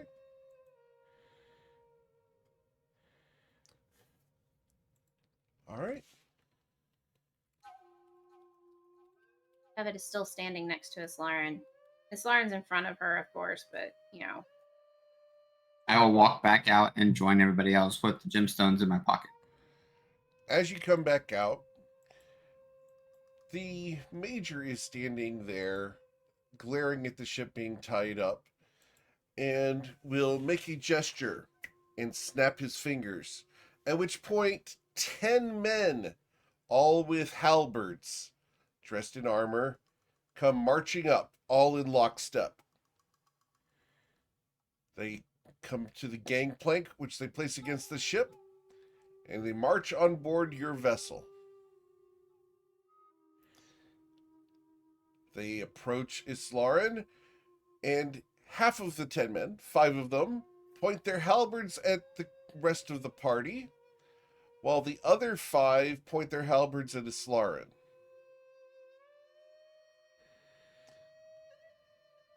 Would much rather have a different reception than having somebody point these arms at me. The major speaks for the first time. Then you should have not run, Islaren. You are Would under it make arrest. Would it have made a difference if she was coming back voluntarily? No. Islarin Shunazath of the Protectorate. You are under arrest. Do not For fight what? for being absent Who said she without was going? leave. For desertion. What is the punishment for going AWOL? That is not for me to determine. The tribunal will see her. You are not in trial. You are not under arrest. This is your ship. You are free to go at any time. However, Slarin will be going to prison, awaiting trial. We would like to remain until said trial is complete. As you wish. What is Lauren's reaction to this? Arn has not said a word yet. Islarin, they haven't touched you, but they are going to move in a position to where the halberds only allow you to move in one direction. Off the ship. Is it possible for us to attend this trial? Of course. The trials are public. Is it possible for us to visit the prisoner while she is incarcerated? Of course. She has rights. But due to her actions, she must undergo the trial of the tribunal.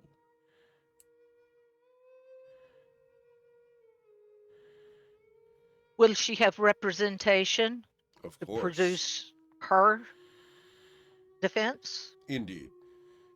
Who will be her lawyer?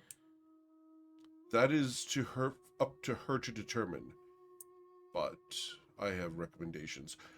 We will talk more once she is in her cell. And they're going to point the halberds even closer to you, Islarin, directing you to leave the ship. One last question. Go for it. Sorry. I'll wait for you to ask the question. I was just asking, where are you taking her? She will be taken to her quarters, where she will be under house arrest. Which is where? You may follow, if you so desire, with an escort. These men will escort you. We must go. Each of you is approached, but not threatened, by the various military members that are on board your ship. Their halberds are up in a parade position, as opposed to threatening each of the crew. The only person being threatened right now is Islarin.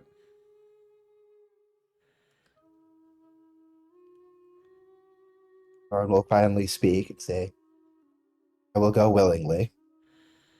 You will follow the implied instructions of the men with the halberds. Go with them. Okay. They will direct you and then flank you, two on each side and one behind you, right where you can't easily get to him should you try. They will not disarm you. They allow you to walk freely forward and towards a location that they've determined. Islarin, you are being headed down the docks and into the Night Spire proper. Is the rest of the party following, or are you guys staying on board the ship? Following. Okay. Yeah, I think we better find out where they're taking it. I'm following. Okay. As each of you is being escorted, the military member stands behind you, allowing you to move ahead. They do not threaten you with the halberds, but if you've ever been under a military escort, you know that the guy with the gun, regardless, is still threatening, just because he's there. You go towards the Night Spire, which is an enormous structure in the center. The Major is going to stand at the docks and look after you guys with a furrowed brow. As the camera pans away, you guys enter the tower through a large double doors that hiss open. As you walk through, the doors will hiss closed behind you. You've never seen any doors like this before. They appear magical in nature. The pressure inside the Night Spire is higher than the air pressure outside, and your ears feel that compression going on.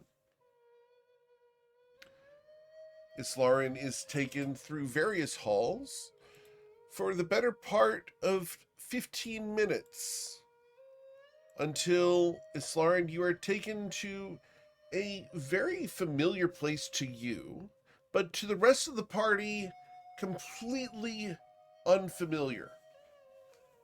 The place is a palatial doorway with marble and gold. The double doors rise 30 feet into the air. The guards gesture for Islarin to enter these large double doors. Islarin, you know the combination to open the doors. What's the combination?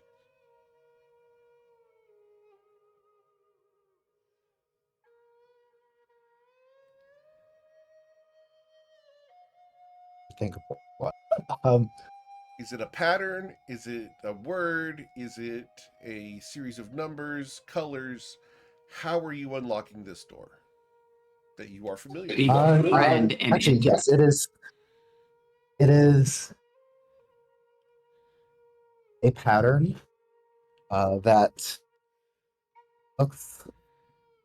Okay, so I will draw word Okay. side twice as far and up, and in the center, a line going through it. So I I will ask I you to will draw I that will out. draw it. Thank you. Draw it out and But, put it in the yeah, Discord, please. but you'll see exactly. Yeah, once I draw it, it'll be very clear what it is. Very well. All right. So, as Islarin does this, the doors will pop and hiss open. Psh! Before you, you see a very familiar place, Islarin. They've brought you home.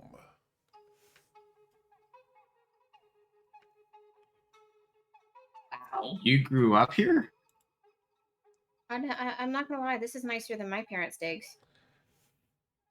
Islarin, Wow. the 5 men with the halberds will force you into your own house and then part to allow the escortees entry.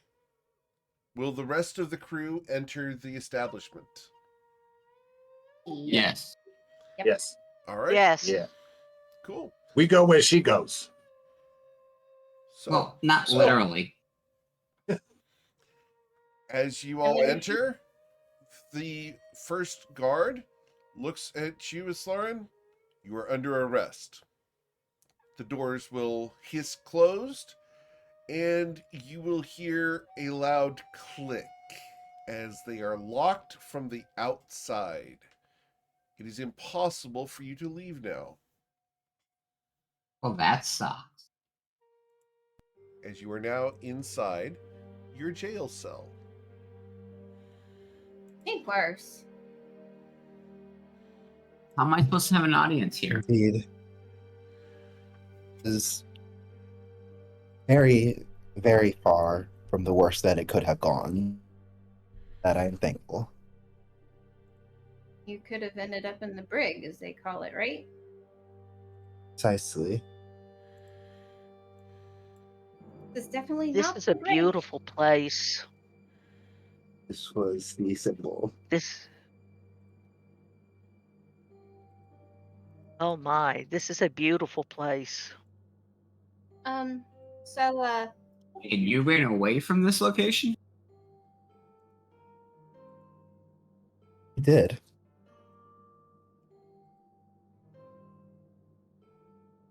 with certain pressures It on you, I must can have see been a why. really big thing. Willingly?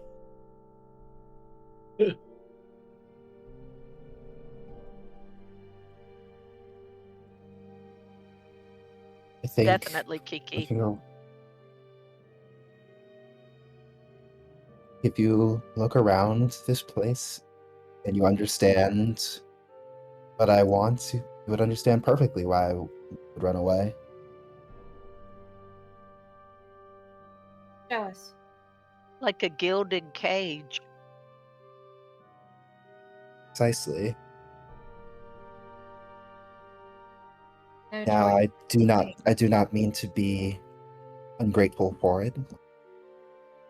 I have lived a life where I have had to worry about very little.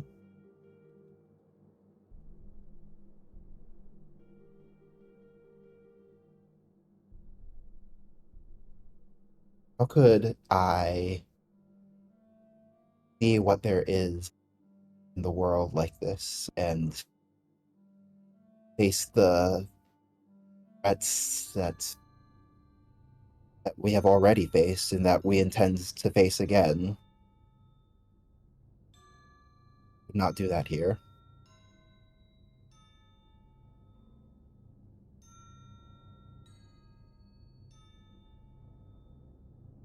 I do have to ask one thing. As a kid, when you were little, were you allowed to play in this place? I mean, like these floors would be really cool to slide across or sliding down the handrails or something like that. Or was it really like a gilded cage? Run pauses as if sliding down the handrails had never even occurred to her before. I would think it was a gilded cage then. Covet just kind of looks at his Lauren's a shocked face, and she's like, "You never did that? Not even in secret?" Hey, Kiki, we can work on your arrow catching skills here. Oh, yeah, that's You a will- great idea. We've got lots of room. We'll do no such thing. What? It's Lauren's house. It's Lauren's rules. Fine, all this space here is perfect. Not your house.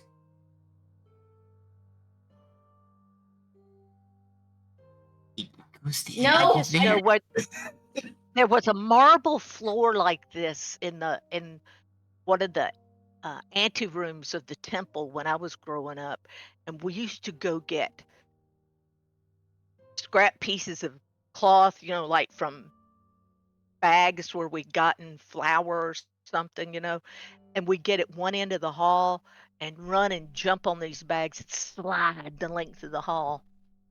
My What mom now? never complained. My mom never complained till I broke my arm. But Oh. she didn't complain too much because she said it kept more polished.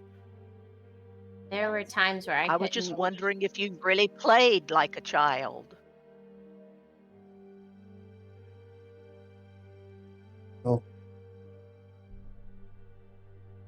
I would times go out to the sea and pretend be a hero called Moglin.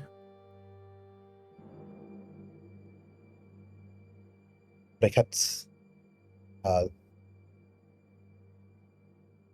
every time I would usually end up breaking one of my toys when I did so, and my mother preferred that I would not. So, do we address all of the Protectorate at this tribunal to get them on board of this campaign? No, why are we trying to get her off?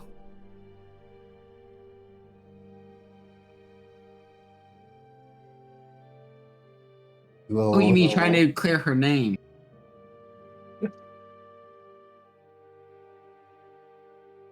Yep. Yep. That one.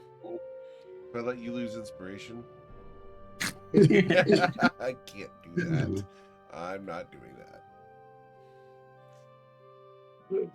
But, Islaren, you are in your childhood home, where you grew up. You know where everything is. Nothing's changed. The only things that are slightly different is that the couches and seats have changed positions slightly, probably due to the last event that your mother held here. After all, nothing gets put back exactly right in the same spot. Those diplomatic meetings are inevitably negotiable on furniture placement.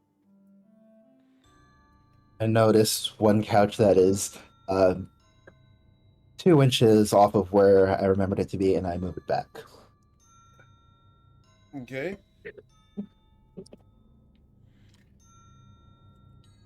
I'm gonna. Now, I have a question, because this matters. Is Islaren a pick it up and move it, or is she a shove it and move it person?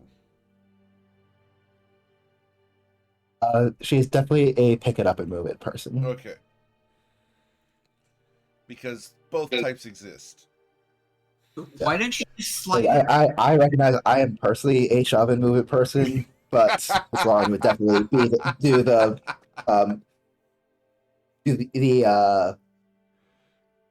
version that is less likely to scuff the floors. The lift in place?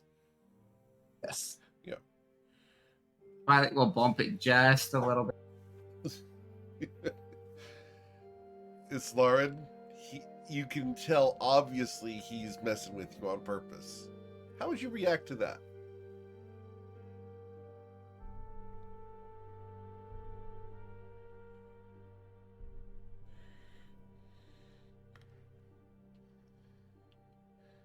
I'll just, Islaren would just the couch back.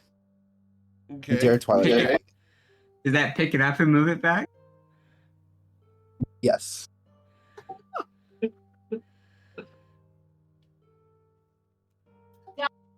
Out of character, you just created a game. Yes, you did. Oh my gosh, out of character. I would totally. Yes, I really would smack him for you. Just saying. I really would.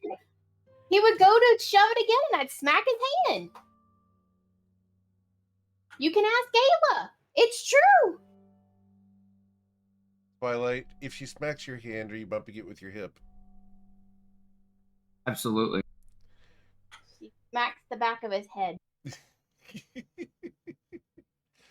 Yep. I only know this because IRL, my wife and I do this exact same game. And so, yes.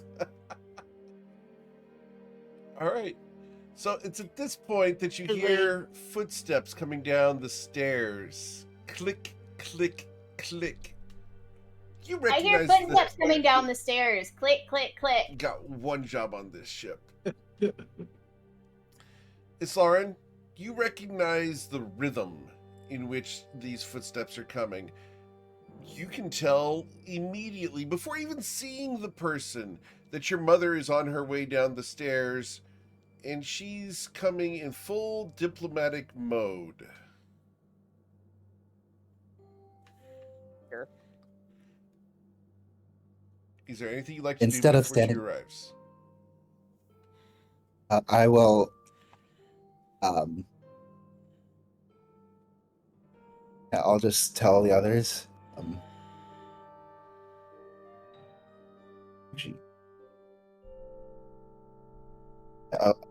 I think I'll just save that for the introductions. I'm just gonna turn my attention toward the stairs and be ready for when she arrives. Okay. Awesome. I need a Actually, you're sleight not. of I think hand I'll. check from I think I'll just make Twilight's sure mom. that my. Let's make sure that my hair is not out of place. Okay. Thank you, Twilight. You succeed.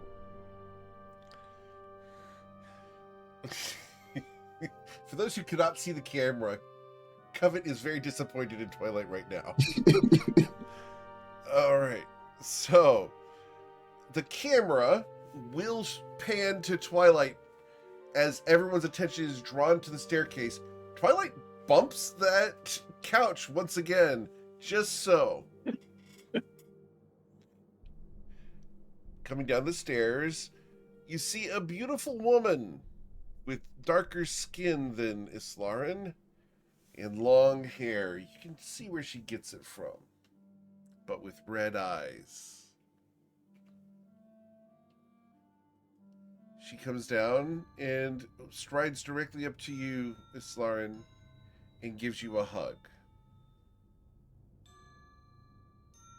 You're taller than she is by a good 3 inches. Even momentarily, but then hug her back. She clutches at you, and the hug turns into a squeeze. She comes back, and there are tears coming out the side of her eyes. You're home. You're finally home. And now we can fix everything.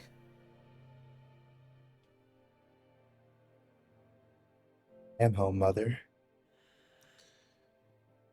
And these are others you've brought here. They are, yes.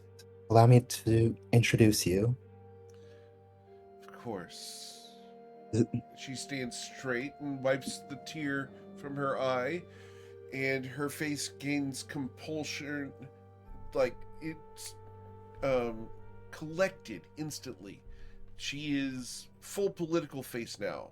You could not have told that she had an emotion other than just delight at meeting new people.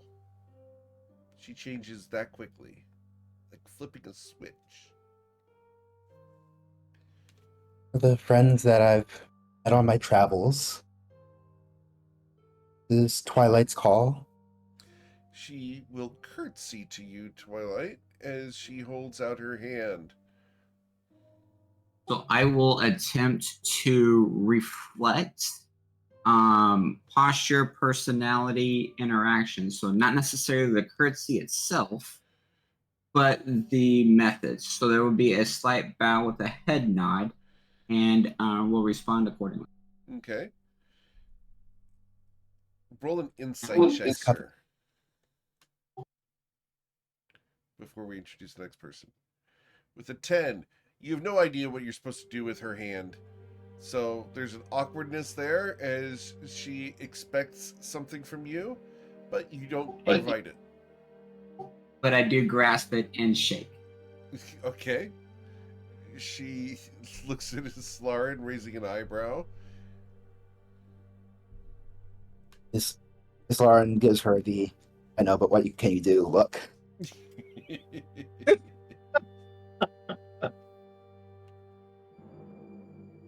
This is Covet Von Sin. Lady Covet, a pleasure. She will curtsy generally to Covet. I will curtsy in return. Please roll your performance check.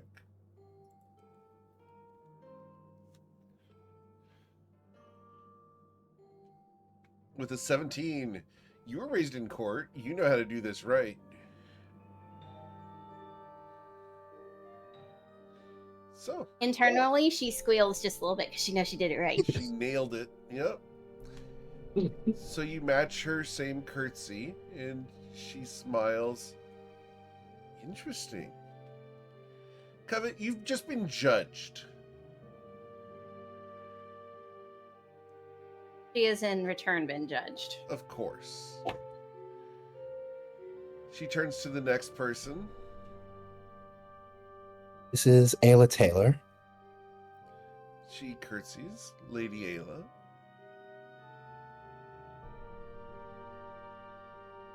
excuse me, in return, Ayla will give her a deep curtsy in return.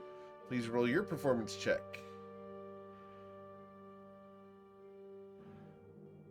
It's not quite as graceful or formal as Covet's, but you don't fall on your butt. I'm out of practice. After all, why would you be at court? But I was at court a lot. Yes, but been a while, huh? Right. Islaren? Is Shakik Al Nazar? She bows and extends her hand to you, Kiki. Nice to meet you. And Kiki will fly down from the balcony and shake a hand. And shake her hand. As you shake her hand, she almost gives you a limp fish type thing because she has no idea what the heck you're doing. So nice to meet a member of Islaren's family. You seem really nice too. You're so pretty, just like Islaren. Thank you. Your words are quite kind. Are you in a relationship with my daughter? Oh no, we're just friends. She smiles.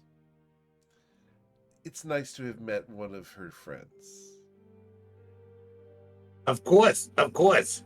And Kiki's going to do a little bit of his soft shoe to see, because it seems like everybody's doing a performance of some kind. Yeah, uh-huh. So, please roll your so he'll do a little performance bit of a checks. soft shoe and be like, "Hey, was that good? What do you think?" Your Covet performance. just kind of gawks at the moment of what's happening here. Covet's got full pucker factor going on of, oh no. It's one of those things of where she wishes she had a fan so she could hide the grimace that's trying really hard to come forward. Mm-hmm. Yeah, but she doesn't have a fan, so she has to play the game and not let it show. Sure. You've been Right. to officers' clubs. Oh my gosh. Yep. I'm sorry, is my face showing? So, Islaren, who's next? This is Eowyn. Eowyn smiles. Hi. And will clumsily do a bow. We're going to see. Eowyn looks like someone who has never bowed to anyone before, never done a salute to anyone, never subjected themselves to any formality. After all, it's Eowyn. Eowyn bows to no one. Darn right. So your mother speaks. Everyone, this is my mother, Benren Shonazath, Lady Benren Shonazath. A pleasure to meet you all. And from what I understand, you'll be staying here for the foreseeable future. Please make yourselves at home and comfortable. Do mind the decorations, of course. They are quite expensive and many have sentimental value. But you may consider this to be your home. I trust that Islaren will provide you with any guidance that you need as to the decorum of the house. Islaren, it's nice to have you course. home. Thank you, my lady, for your hospitality. We do appreciate it. She gives you a courteous nod. When you're ready, dear, we have much to talk about. I have to go see to dinner and ensure that we have enough servings for the 6 of you as well, because we were not expecting guests.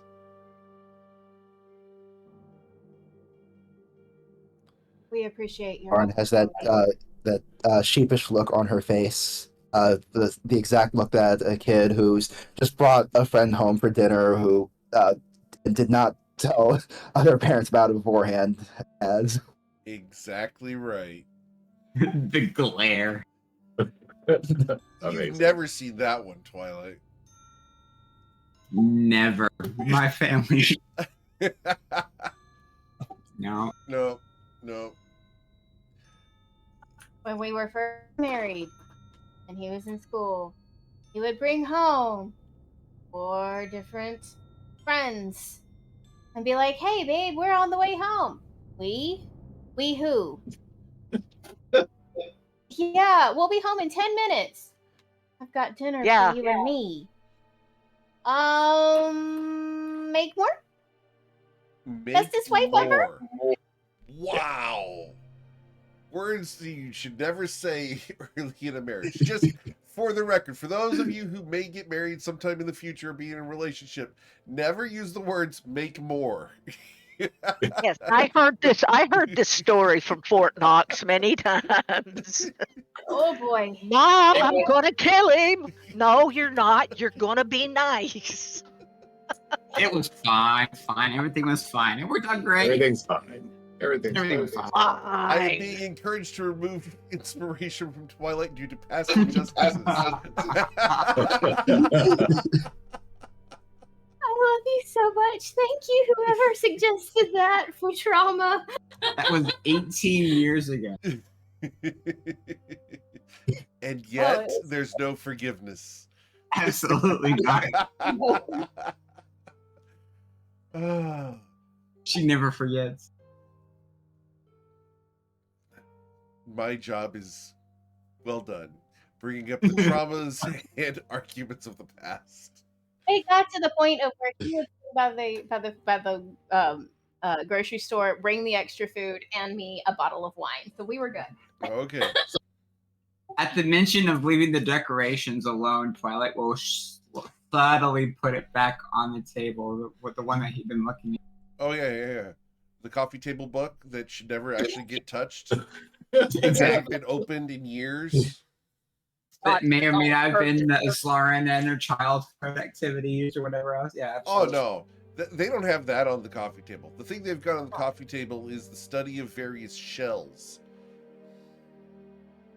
Ah. And their uses. They've got the one that's the study of shells and their uses, and a variety of ship descriptions from the various cultures. Yep. I will put it back and I will slide it, not exactly to the location that it was before, Yep. but 3 inches to the right and canter a little bit. She doesn't care. However, Islaran is probably twitching. So is Covet. Deliberately. Of course. So, she will smile. Pleasure to meet you all. Excuse me. Dinner will be precisely at 6 p.m. And she will very beautifully and gracefully go back up the stairs. And you got to appreciate that the Major is a lucky man. Now I know where you get your sachet from. Good. Twilight will refrain from making a comment. I Wise have a man. feeling, Lauren, we should dress for dinner. That would be appreciated. Well, I'm glad I got two Perhaps, sets of perhaps formal not. clothes. Perhaps not ball gown dressed, but not armor. Twilight, you've been granted inspiration to bring you back to 0. That is amazing. Yeah, because I was one in the hole, I think, there for a little. I didn't know that was a thing, but apparently it is. It's like the lucky feet, but it's the unlucky feet.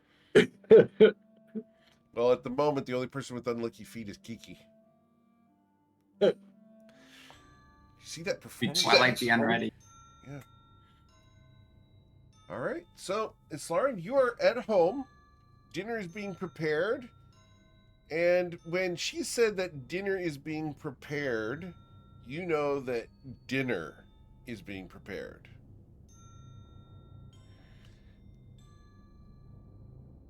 Your dad will be there.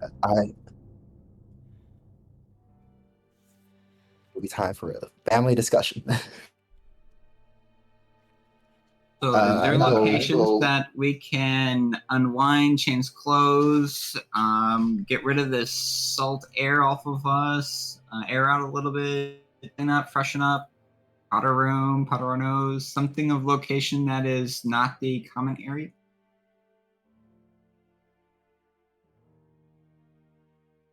There is, but unfortunately, it is covered up by the spot that you moved the couch to.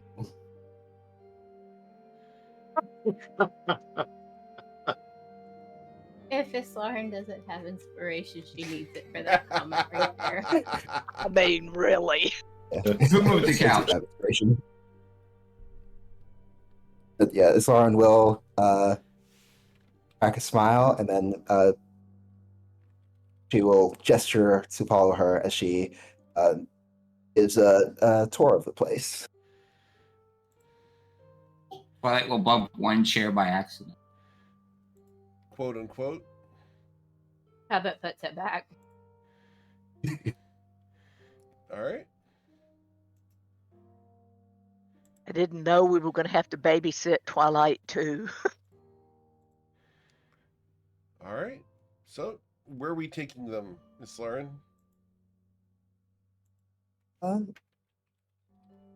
His first question is, how many guest rooms are there? 10. Yeah, I will. It's a 14-bedroom, 6-bath. This ain't Wow. a house. This ain't a mansion. I mean, this is like a manor. Alice, it's huge. For Islarin's perspective, this is just home where she grew up, and entertaining regularly here of military officials and shindigs was a normal thing. She's not impressed by anything here. Everything here is just the way she left it and the way she grew up with it.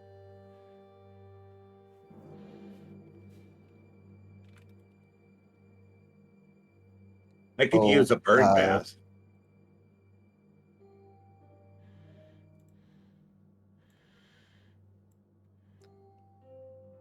So, as you're Ooh, walking them I do around, have you one of go through the those. halls, and you smell before you see a familiar scent. What is the familiar scent you smell, Miss Lauren?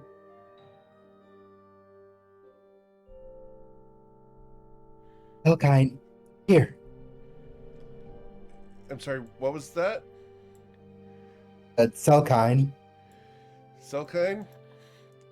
As Selkine comes around the corner, yes, mistress. I thought it was something different. That would not be Selkine. He turns the corner, smelling like cloves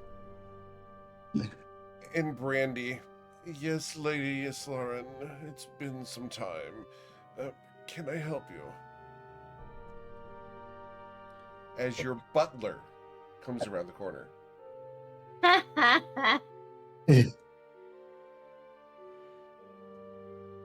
As you called Selkine, here, boy. The butler comes around the corner. This is exactly how he's used to being treated, and the way that you have treated him for your entire life. Miss Lauren, is this who you were expecting? It's not who I Jordan was apologize. expecting, but it is who Islarin was expecting. If I got Amazing. it. Lauren was expecting him, then she wouldn't have said Selkine. She would have, because wouldn't have addressed him by her cat's name. I don't have it as a cat anywhere on my list. Is it on my I do list? have. I will go and look I, for th- I it. think I did write it on the questionnaire, Okay. but Okay. Nope, the gentleman comes around the corner. Farn, did you say his name was Selkine? Oh, I see Selkine. no, I misspelled Selkine. Okay. So the butler comes around the corner it's a instead. very, very highly unintuitive spelling. Yes. Butler comes around the Uh, corner. Lady Islarin, Selkine is currently at sea. They will be back later when they are done with their outing. Is there something I can Excellent. do for you? No, I was just showing my around. Guests, I was not made aware. Correct. I did not have the means to communicate it in advance. Of course. Just like last time. Very well. How many rooms are needed? I assume all 5. Very well. Covet and I will share a room. He raises an eyebrow curiously. We are married. And what does that matter? In some cultures, they share a room. Perhaps. Islarin? That's not this culture.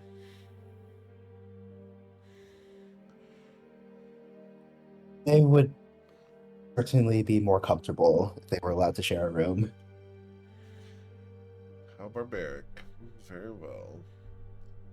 I will have a bed moved into the room as well, so that they can remain separate. And he will gesture and whisper into a small cufflink, and the arrangements will be made. You will be in the purple room, and he will escort you guys to a large door, and inside the place is purple and silver. It's gorgeous. There is a California king-size bed in the room, 4-poster canopy, whole gorgeous decor, full-length mirror, there's wardrobe off to the side. It's immaculate and exceedingly girly.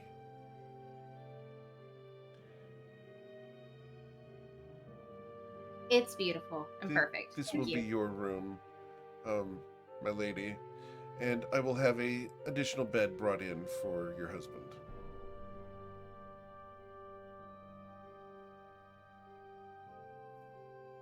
Thank No you. need, thank you. He raises an eyebrow once again.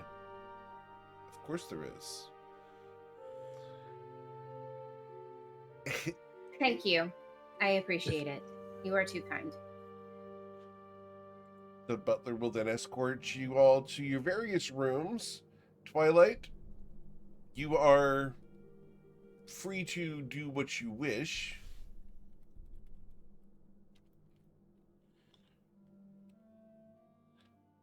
How would you act right now as you were left in the room? Twilight and Covet?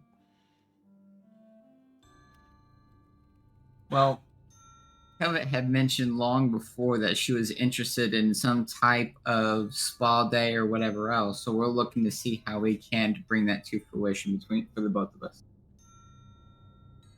Okay. What time is it now already? Just a question. It would be, by this point, after having arrived at 10 a.m., the escort to the house, the introductions, the furniture shenanigans, and then walking through the house, it's noon. Lunchtime. Would our stuff have arrived from the ship to No. the house at this point, or no? No one asked for your stuff to come. Okay. Your stuff, all you have is what you brought with you. So backpacks and us. Backpacks and you.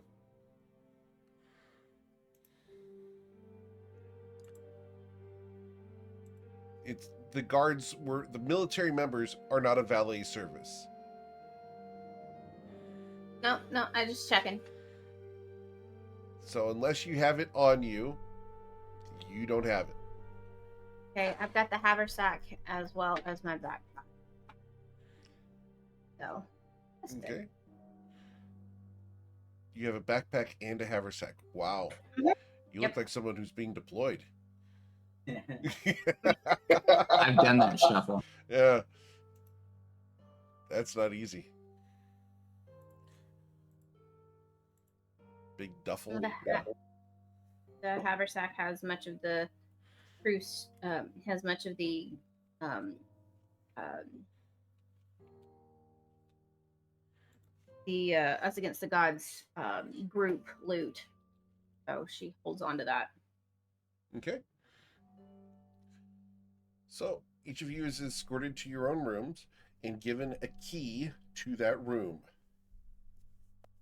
The key appears to be a shell that gets inserted, and the teeth of the shell slide in and allow you to turn the whole shell. Each one is a good 3 inches wide. Where's the other 2 shells? He looks at you. The lavatory, of course. Okay, perfect. You do know how to use the 3 seashells, do you not? Of course. Of course. For those of us who don't, could you please? Demolition Man. Never mind. I have a bow. As you ask the question, he raises an eyebrow to Islarin. Will you please instruct them on the use? Had a moment. I'm sorry. I'm tired. Will Stanwick. Thank you. Stanwick is the butler's name? Okay. Like Barbara? So if he's Stanwick, who's Selkin? Is that your cat? Adorable little cat. Well, little is relative. At which point you hear "Woof, woof, woof, woof, woof," come down the hall. Please tell me that's a cat. Woof, woof, woof, woof, woof, woof. And the largest feline you have ever seen comes lumbering down the hall. Wet and shining green. A sea cat comes lumbering up and will attempt to pounce Islarin. As it rises up on its back legs, it can look down upon her. It's Wow. the size of a tiger. Covet stands in front of Kiki. And hi, Kiki. That's a big cat. A hell of a pussy. And for the record, he just got slapped.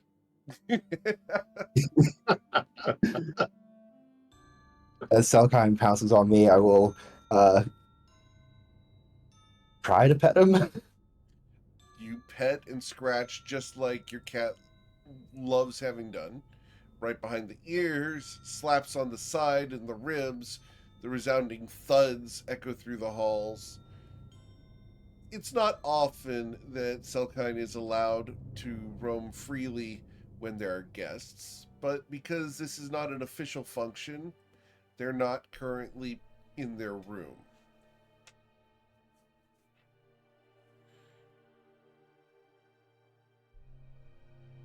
That's a really big cat.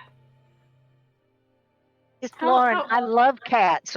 Is a sea cat kind of like our regular domesticated cats that we have on land? It's a lot larger. One job on the ship. Wouldn't know. I never seen a land cat. Yeah. Cool. Well, She's they're beautiful. Not that big. They're not as big as this. Oh, that's for sure. The cat turns and looks at you intelligently Ayla, it understood that.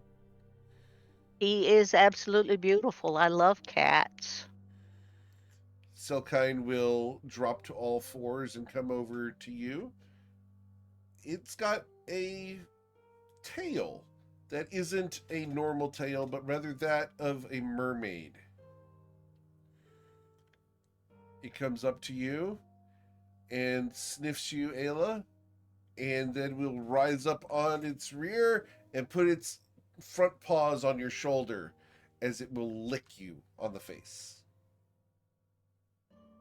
Does it have a sandpaper tongue just like a cat on land?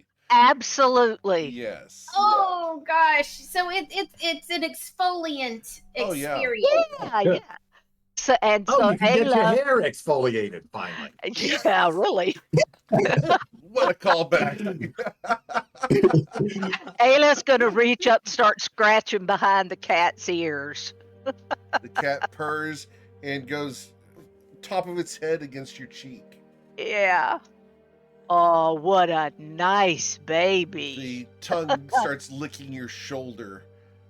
Just You leave can- the clothes in place, sweetheart. You can hear the scratching of its tongue against your armor. Yeah. Does Ayla taste like fried chicken? Ayla, do you taste like fried chicken? No, I taste more like fried fish right now because I've been cooking fish on the ship. So Oh, that's the right. cat starts inspecting and tasting everything about you. And so therefore Ayla looks at Islar and says, "We're gonna have to find some goodies for this baby." Oh no. That is how they start.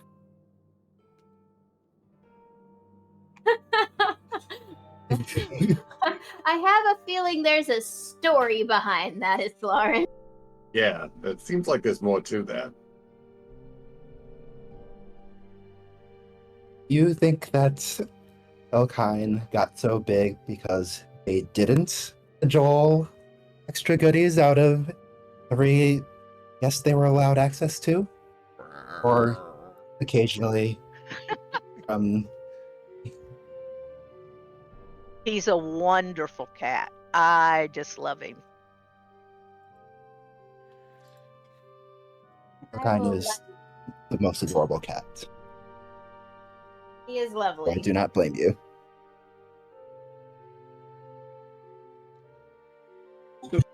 Lauren, is there a way that we can freshen up? Or like a spa or something? Mud bath? Sea At the salt? mention of bath, Selkine turns and hisses at you. You are no longer its favorite person at all, Twilight. It growls while Ayla is petting it. Oh, now. He's just Don't- talking about it for him, not for you. Gosh, I've never heard a cat grouse quite so blatantly Oh. before. So, With such disapproval. I have a lot of practice. My cat is very vocal. And I make fun of him all the damn time. Just as an aside, I really do love cats, but I have a 4+ allergy against Oh, them. goodness. And I Oh, wow. and I grew up with them, so now that's why I have a dog. Who thinks she's a cat? Well, this dog thinks she's everything. The cat sneaked into my apartment once. Did it leave? Did. Very much not ready to take care of the cat. And also, like, it was clearly just wandering. Crazy. All right. So, is there a place that we can freshen up for dinner tonight? It's Lauren. I will show you to the lavatories and show you how these work there. Okay. So, as you take them to the lavatories, because of the increased pressure in the Night Spire, you guys walk in And the lavatories are not something you guys are used to.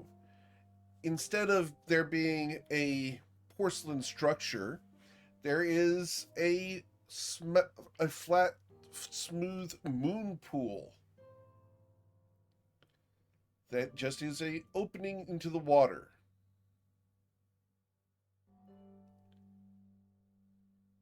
Well, that's fancy. It acts both as bath and relieving center.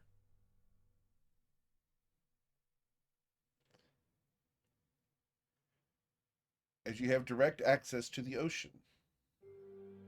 Ah. Well, that's helpful. You can see that there are fish below. And there are things swimming around expectantly around this area. So, is there a time delay between one activity and another? It's Lauren.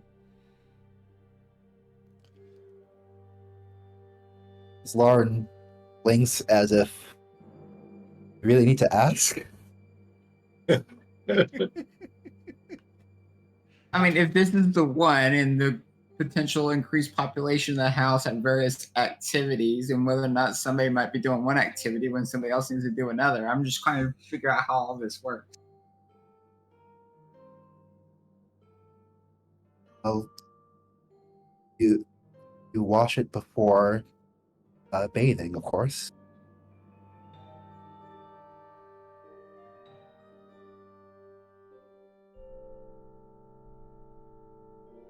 Okay. For the record, we have broken Twilight, and he does not know how to respond to this. For once, it's not me.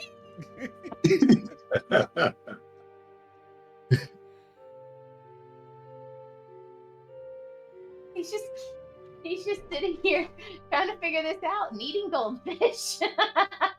So the three seashells that are there, one has nice claw-like teeth on it. The second is a very nice rounded blade. And the third is a curved over round polishing style shell that allows you to ensure that everything is comfortable.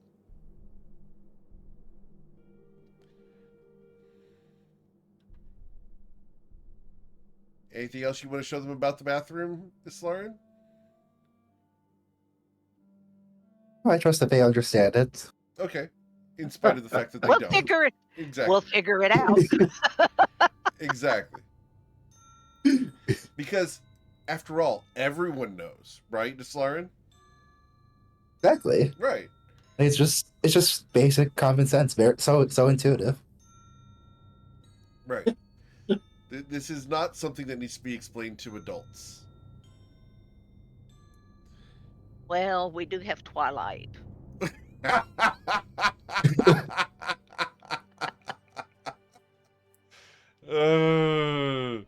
was too easy. It was too easy, just like Twilight. Twilight goes down easy. Really? Interesting. Is it that because his athletics check is so low? Yes, because he focuses on the acrobatics. Understood. Wow. Ah, Great. And when all else fails, rely on a performance enhancing technique. Really? Interesting. So, we are talking about using the bathroom, right? Exactly. Uh-huh. Squatty potty. Right. The squatty potty. Which is actually a thing. My mom has one. Anyway. Got him.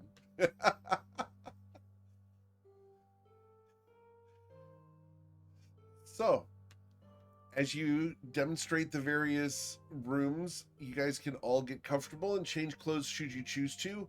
Or are you guys all going to be wearing your armor to dinner? Or to lunch, I should say. I'm changing clothes. Same. Yeah, I am too. What are we changing clothes into? I have closed noble outfit number 1. Okay, I also have noble clothes. awesome. I also have noble clothes that I'm changing into. Yeah, so do I. Awen will change And I'll into be that military dress with tails.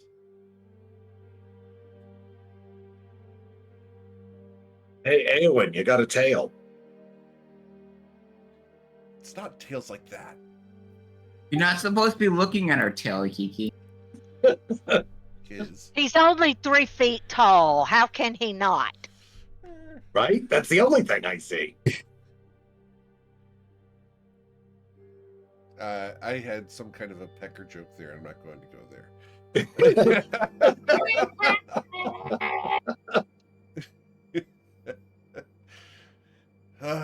There's something there. We'll develop it in time. All right. We'll workshop it. No, workshop that one. Yeah. All right. So you guys are dressed for lunch, and Islarin, do they meet your expectations? We'll Will look they at suffice? each of them in turn. What does she see? Your party is the best dressed they have ever been. Mhm. The question is, I'm saying if they want to describe what they're dressed let's in. do that. So we'll start off to the left. Ayla Taylor, please describe your outfit. I have a long gown of sky blue that has a scoop neckline and 3/4 length sleeves that blouse out. It's just a chiffon layer over everything, but no beads or embellishment, as this is just lunch. Okay. Islarin, what are Lauren will you nod wearing? approvingly. Uh, a an onyx black high neck sheath dress. Wow. Wow. Okay. Covet, you've never seen Islarin wear something like this before. Covet will nod approvingly. Other than the color, she would fit in well in Tatiana's court. Covet herself would be wearing a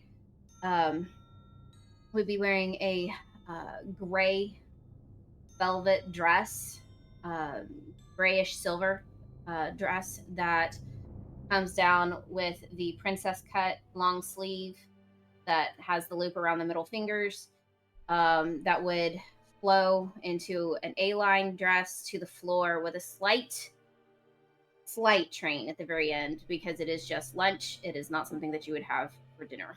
Okay. The neckline would be that of a square neckline. Okay. Eowyn is going to be dressed in this very long jacket that's flowy and very militaristic in design for Reston. So it is a differing style to that of the Shinozen Protectorate, but very much a formal outfit, very much like dress blues or that sort of engagement. You could see this outfit being in the Marines. Ooh. Twilight, what are you wearing, sir? Twilight is wearing the clothes that Covet purchased for him while they were in Nausha, which means that his gray suit, his gray two-piece suit, matches and accentuates and complements the dress that Covet is in, which is primarily gray. However, there are some dark green highlights associated with it, with a green tie associated with a high collar coat as well. Okay, cool. The job being to make Covet look better. Understood. Absolutely. And then after those two, we go to Kiki. So Kiki comes out of his bedroom and he's dusting off his arms. He is wearing a suit made of shark skin, and he'll hold up his arm to show you. If I move my arm like this, look, it changes color. Isn't that nice? This is really pretty. I got this in town. I really like this. And his suit's going to look maybe a little garish, or maybe more than a little garish. Sure. But he is very proud of it as he pulls his coat and asks us, Lauren, is this okay? Do I look good for your family? Does it look like the hologram material? Hologram paper? Yeah. Okay. That is dazzling. That's fantastic. I love that. Well, I wanted to look good for your family, so I picked out my favorite of all my clothes. It's like my brother's in the room.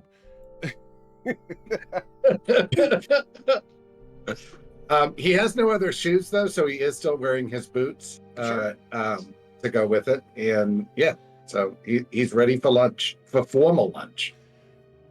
All right. So, as you guys are escorted by Stanwyck down to the dining room, Islarin's mother and father are at each end of an exceedingly long table. It could seat 40, no problem. As you are escorted table. to the various chairs, 3 of you on each side, Islarin dab smack in the middle.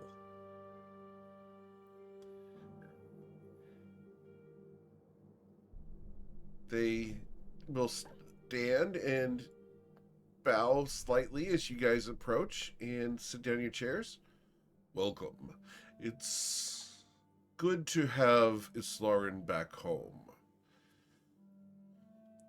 I'm afraid I will missed the curtsy. introductions.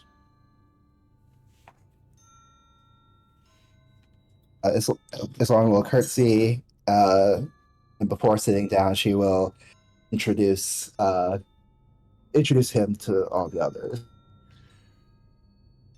He nods to each of you in turn, giving a slight bow to the women. Habit will curtsy. The butler will come out with several other servants to serve lunch.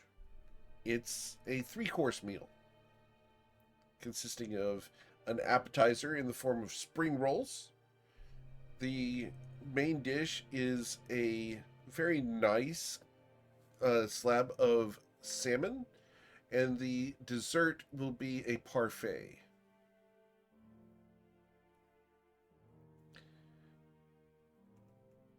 As you guys eat, Mr. Shonazath will remain very quiet. But Islarin's mother will speak up. So, please tell me more about yourselves. How did you meet Islarin? And what have you been doing for the past several years that you've been gone?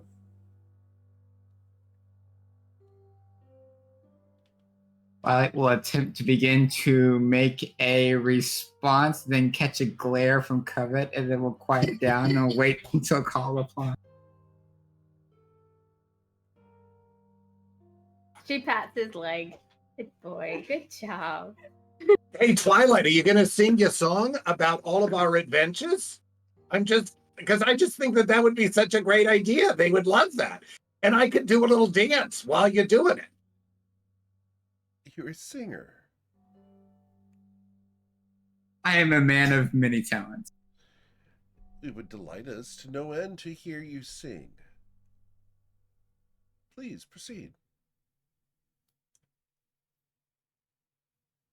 He will give a quick glance to Islarin to see if whether or not she is amenable for me to tell the entire tale of the last couple of years. Islam looks terrified at what you're about to do, but odds.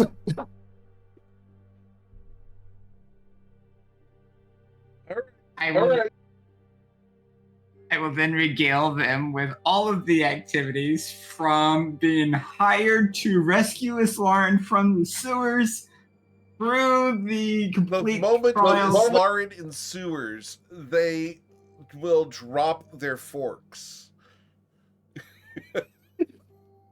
to the rescue, to the pursuit of the Changemaker, to the Dragon's Horn, across the deserts, writing of the George 1 through 4, No, not easier. removing fear from the mountain, to becoming the Wayfinder, to travel through the lava flow areas in Australia, to meeting with the spirits, the freeing of Shalone, and everything that we had been doing because, well, Twilight is a professional. And Mr. Shunazath looks almost proud for just a moment. There's almost a glimmer of pride. And then Lady Shunazath looks over at Islaren. Well, you've been very busy. Wow. Indeed. I think that's almost my best performance yet. It is a 31. They are in rapt attention at your performance. They listen to every word. They've neglected their food. I thank my God for not- taking care of us. MKL, you have blessed us well. Thank you. As Twilight does his best performance ever, for such a small audience, it's almost wasted, Twilight. At the same time, you needed this. Big time. As you paint your party in, I assume, the best light possible, Oh, absolutely. the With absolutely no embellishment to the skills, prowess, and capabilities when rising to the challenge. if I've told you once, I've told you a trillion times, never exaggerate.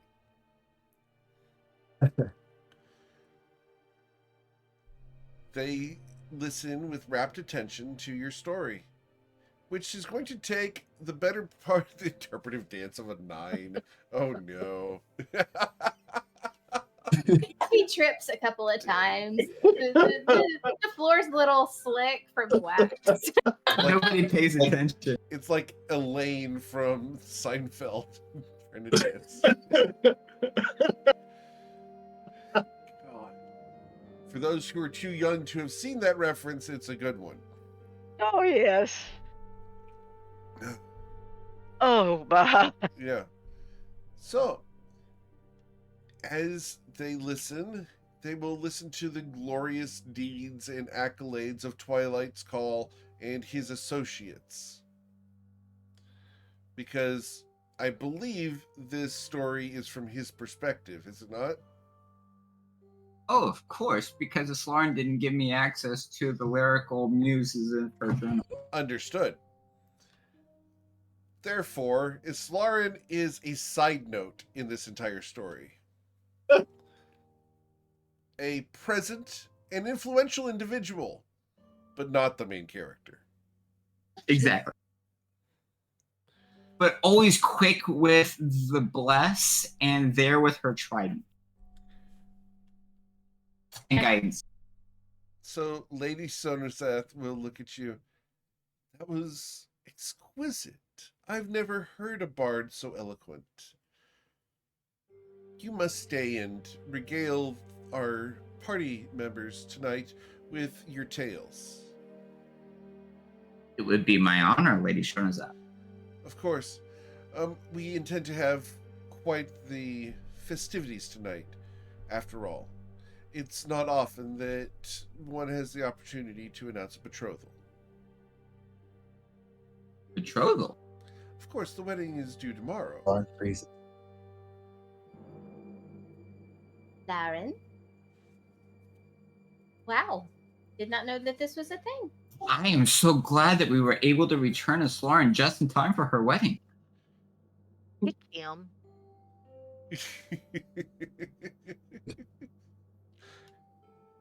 That's why she left.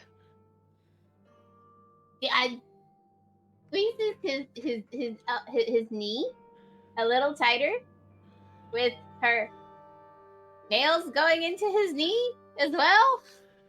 Perhaps this time she won't run away at the altar. After all, the doors will be locked.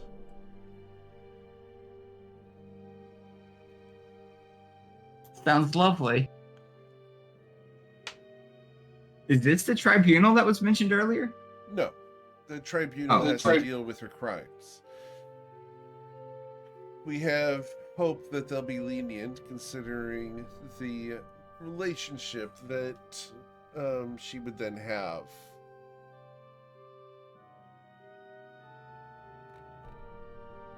If We would hope that they would be lenient because of work that I need to do.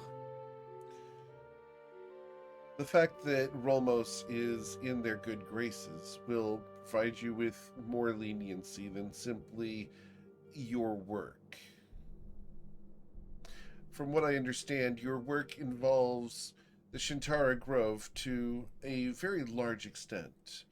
But how that relates to the Protectorate is still unclear, even after Mr. Twilight's very eloquent explanation.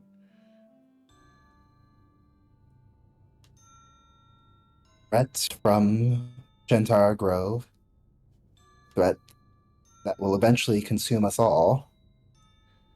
I'm sure. Shadows have already begun to appear. Boundaries between the Fey realms, mortal realms, are weakening. Perhaps in other places. It's always been. Here in the Protectorate, we have seen these and we've closed them. After all, we have the skills to do so. The fact that the barbaric places don't, well, that's their problem. What happens when they are overrun? Then we will simply allow them to live their lives as they have. It does not matter to us. Do you believe that the Protectorate should go on land and relegate and police the people who do not wish to be members of the Protectorate? Why should we be involved in their conflicts? Their conflicts? No. Their defense against the threats that lie beyond this world? Perhaps. Do you not trade with others? Occasionally. This would definitely affect that.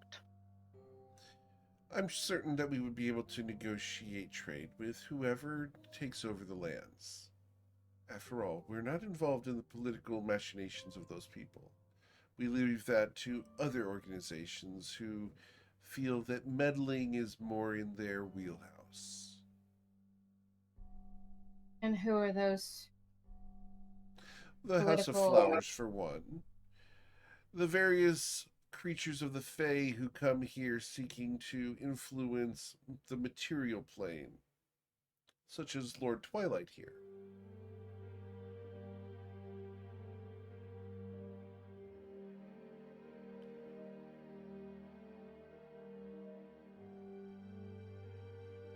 And what do you know of Lord Twilight? Only Really? what he's just told us. The entirety of your story since you met Islaren in a sewer. June, did you see the note I sent you? Oh, you've mentioned it several times during the time between Islaren and now. So, because you said you discussed the entirety of everything, you guys have had discussions, etc. Would you not have included the Shintara Grove? I don't think I would have. But No? Not to All right.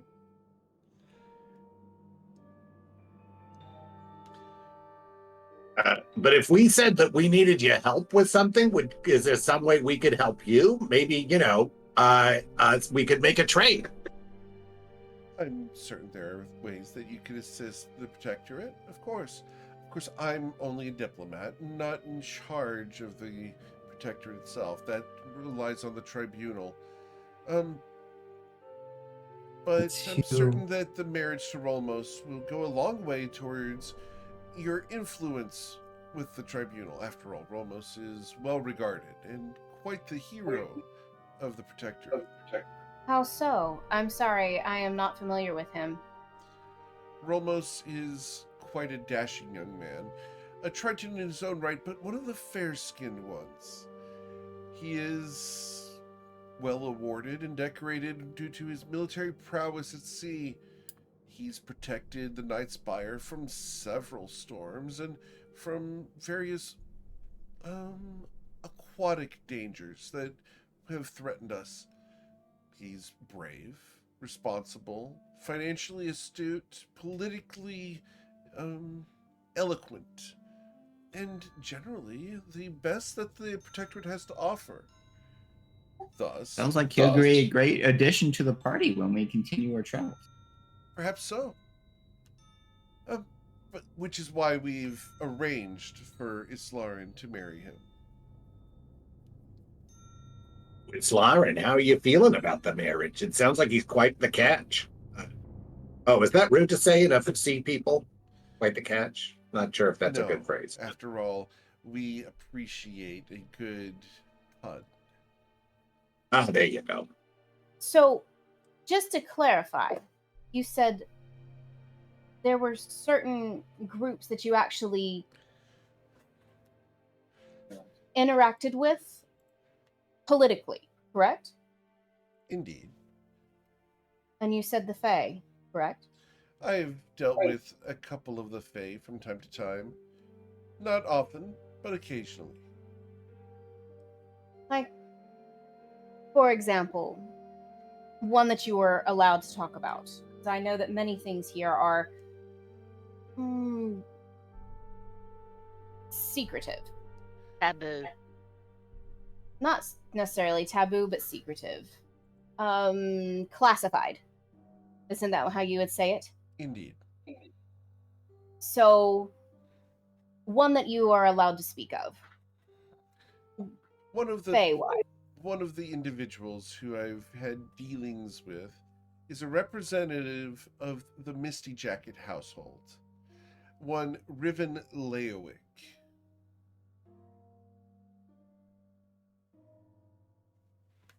I will put his name in chat for you guys. Nope, misspelled that. Let me get through that one. And he's part of the what? Misty what? It is Riven Leowick and the Misty Step. Riven Leowick. There you go.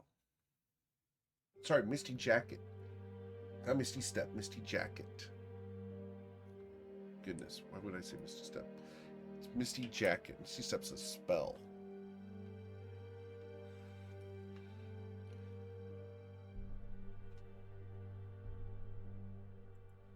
Interesting. I'm not familiar with the Misty Jackets or Raven Leowick.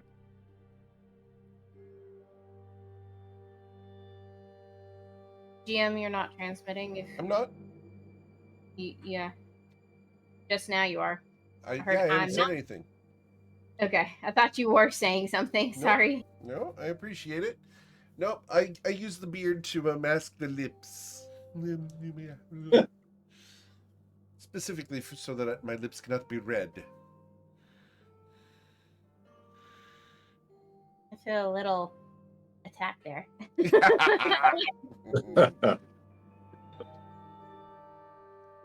And what happened with Ribbon Leowick, Misty Jacket? Oh, well, he and I had negotiations for favors to be handled, messages to be delivered to his mistress and to the Sealy courts. Sealy Courts. Indeed. The Sealy Courts of Ashelion? I'm sure you're aware. Right. After all, your dress indicates that you probably very intimately familiar with at least the stylings of the court. Celia, the Ashelian is my home. Oh, really? Then you must know the various shops and various trades that go on there. I do. Or at least I did. I haven't been home for a while. I fully intend to return when things are a bit more stable.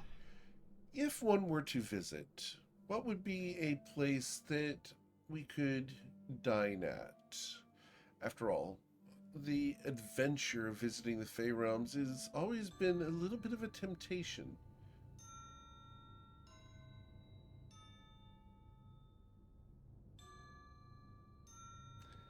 Covet, what's the name of a restaurant? Okay. And she goes for something that she knows would pique their interest because it would have a nod to the um, militaristic life that they have. It would be, but a nod to Queen Titania's court. So the Silver Snowflake. Okay. What do they serve at the Silver Snowflake? They would have rich cuisines that you would only find um, in uh, uh, Ashelian, and particularly that you would find that of Queen Titania's court. When I was last there, it was highly favored by her. It was for us outside of like outside of well, like for the player, it'd be more like a French cuisine kind of situation. Very rich, buttery, um, Gotcha. kind of food. Cool. That sounds delightful. If I ever do visit, I will make it a point to visit the Silver Snowflake. I highly recommend it. My family loved it. Indeed. Tell me of your family. Are they well? Last I heard, yes, I have. I still need to send my letter, uh, as usual. They are very well. They were a part. They are a part of Queen Titania's court. So you remain in touch with your family? Not recently, not since our travels with Islaren, but I will be in contact with them soon. Now that we are staying put for just a little bit, I'll be able to send out some letters. I'm very sorry that her bad habits have rubbed off on you. Oh no, no, no, no, no, no, not at all. I just haven't been to a post. We have not been in a location where there has been a post. We'll send them. That's all. Of course. This Nausha in Reston, we've heard much about it. It seems that it's a stable place where I'm sure that they could send messages to the Protectorate. Is that true, Islaren? It is. We have hardly been in Nausha. But Twilight spoke volumes about this place B's and G's, that you spent several days there. This consortium, I'm sure that an adventuring guild like that, as barbaric as such a thing may be, would at least have a courier. I do. And I... Permission to speak freely? Your father nods. That's all he does. One nod. I intentionally did not send any communication because I was afraid that did, and if I let you know where precisely I was, I would be taken back. She looks at you impassively. And yet you would rather us be completely in the dark about where you have been and where you are and your safety. We love you. We only wanted to bring you back for your own benefit and for your safety and the best outcome for your life. We want what's best for you. You know that. I do, Which is why we've arranged but the I marriage think with I fear Rolmos. that we have different visions of what is best for me. Ooh. You have never spoken to your family this way before. I don't know. Never. Your father looks across the table at your mother, and your mother's got this look on her face like you just slapped her. She looks at you. Obviously, you have different intentions. But now that you're home, we can correct those.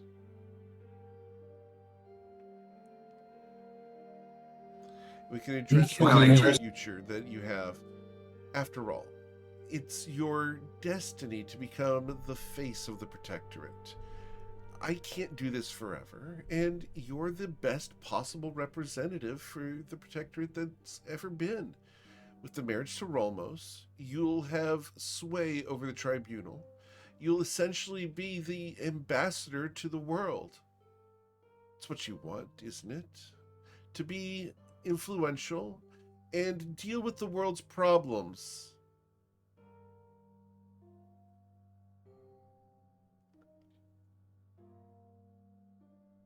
Arn will pause, considering that.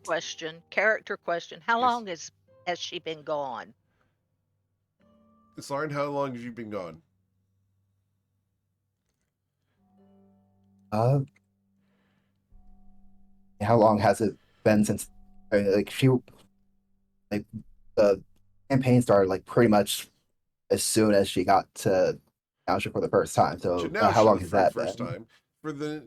For that journey, it has been 6 months, but I would like it to have been at least 1 year since she ditched, because she was equipped when she arrived, etc.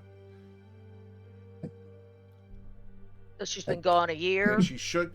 Between the time she left, she managed to shake all the pursuit. She managed to get lost, so no one was following her. There's been no sign of the Protectorate hunting her down. She lost all tales of anybody chasing her. So up to you how long you think that would have taken Islarin prior to episode 1 of the Us Against the Gods campaign. As I will hydrate. Words are wording. Indeed. Words are wording. We'll say it took a year for her to get from the Protectorate to Nausea. Okay. In addition to the 6 months that we had. So 2 years total. Yeah, basically 2 years. Gotcha. Yeah. Okay. So Twilight will actually interject, speaking on how there's been safety in numbers, that Islarin's safety is the safety of the party, that we've been watching each other's back, there for each other, one strength in numbers as opposed to the strength of the individual, and how she truly has been a representation of the strength and skill and might of the Protectorate throughout the duration of the travels that we've done up to this point in time. The reason I asked about the time is that I wanted to interject in here is that in the 2 years that she has been gone, she has grown up and it's not the little girl that she was when she left. Islarin is not a young lady. She's perfectly capable of taking care of herself. Her training has taught her that much. Her military training from her father has been influential in the way she's carried herself and even carries herself now. Your stories about her exemplify her proficiency with the trident and armor, her prowess in combat, her ability to be diplomatic and speak fluently and carry herself with dignity comes from my end. She is the perfect representative for the Protectorate, as long as she comes through with this marriage.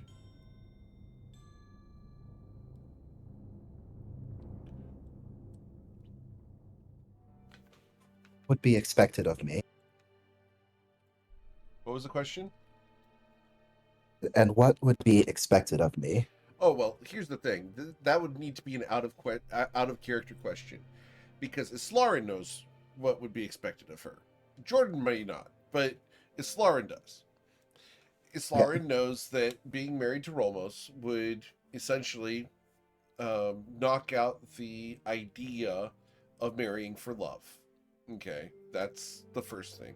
But that's almost a foreign concept in the Protectorate. It's one of those things that the rebels do and the barbarians do.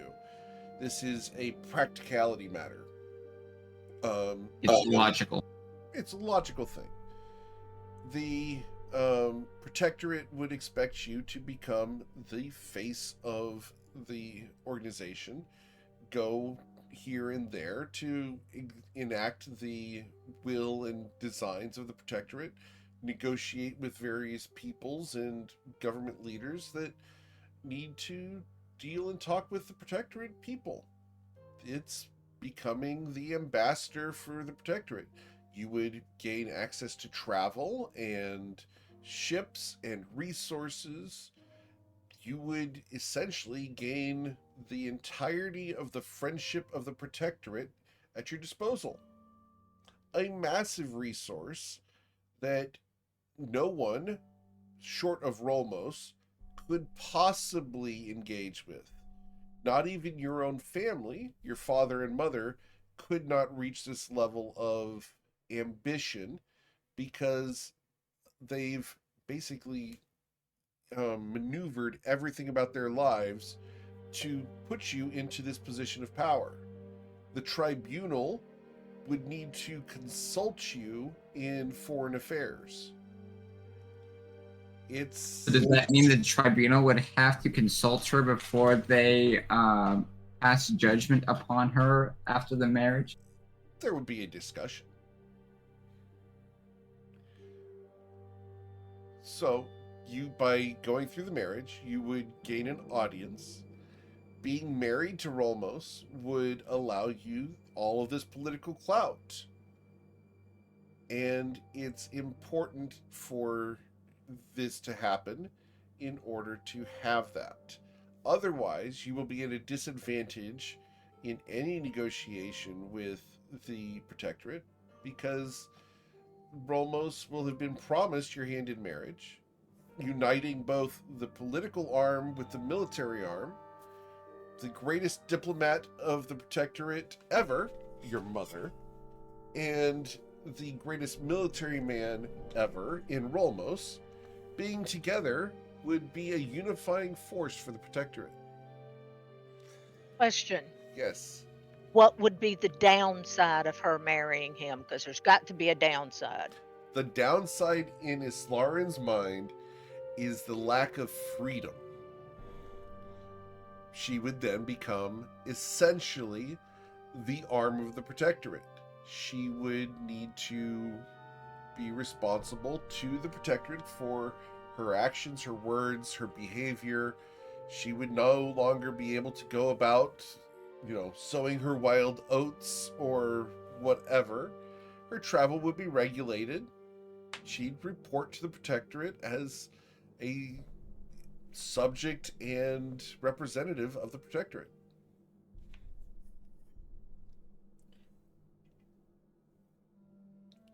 So you're Alright, saying well- that she would not be able lose to freedom. come with us? Oh no, she'd be able to go with you as long as she can justify it as a political thing. So it becomes an issue of, does she want to basically enlist, for lack of a better term, in the political corps, Or does she want to have her freedom as someone who rebels and leaves and is ostracized? The catch is that the marriage is the trick, because it's a political marriage. It's like marrying into royalty or into a military family. Okay, so is she expected to produce an heir? Of course. That's a natural occurrence of it. Well, if you care about somebody, it is.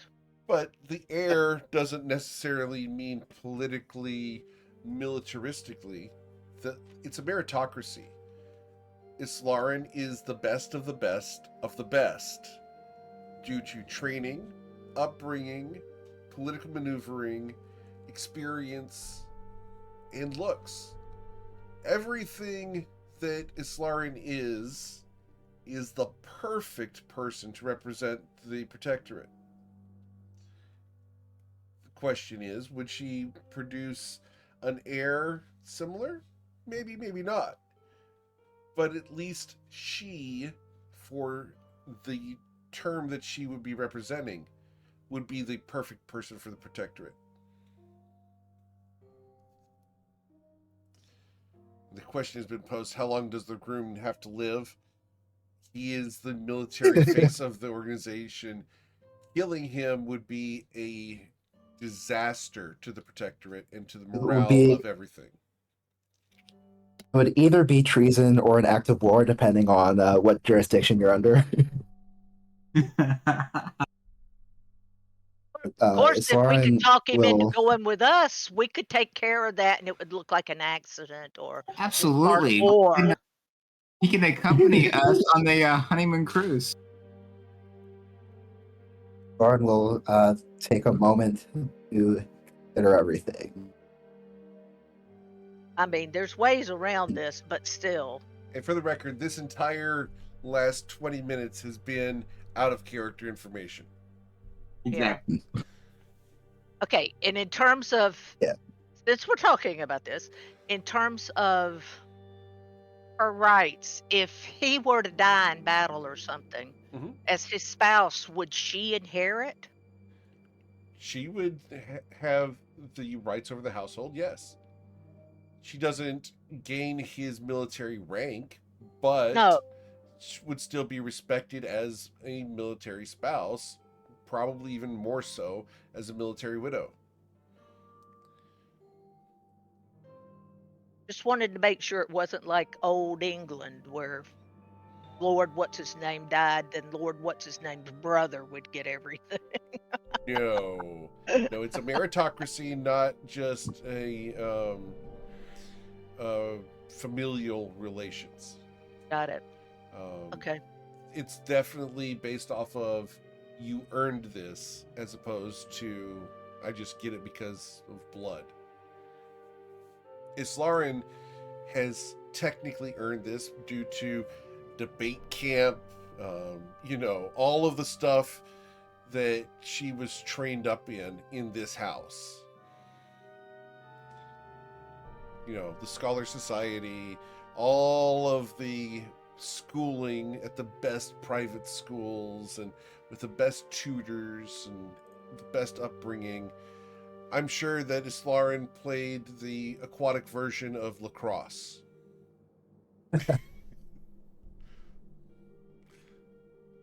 Am I wrong? We're beating your companion. Would that be water polo? No. I've never actually seen water polo. Close, but water polo is much more violent than lacrosse. If you ever, I don't know what you watch, Maybe but I need to watch water polo then. You guys have never seen under the water in water polo. That you're basically attempting to drown the other people the whole time. And the Twitch chat is you're trying to brain people in lacrosse, so I mean yeah, we're trying to take out yes, but you have helmets and pads in lacrosse. All you have in water polo. Now you do, not when Joe played it. Women's lacrosse doesn't use helmets, I don't think. Yeah, they do. It's Yeah, not, they do. not at the college level. Not at the college level? Okay. I did in high school though. But we're talking sports like polo, like traditional horse polo. This would have been seahorse polo. Oh, that would be cool. Jousting, Yeah. she would have done that. She would have done ballroom dancing. She's proficient in all of these high society sports. Which is why Covet and her get along so well. Exactly. She is the Snooty McSnooty of the Snootyvilles. Like that. Back in character, Covet raises her glass to Lauren just because of that, and then out of character, so we can continue discussing this. Well, in character, I'm going to look at Islauren and say, Islauren, it's up to you, whatever you want to do. I'll stand behind you.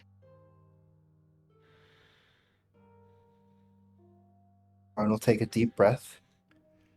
And as we're about to answer that, we're going to end for tonight. And we will come back next week for the next episode of Us Against the Gods, because we're up against the time wall.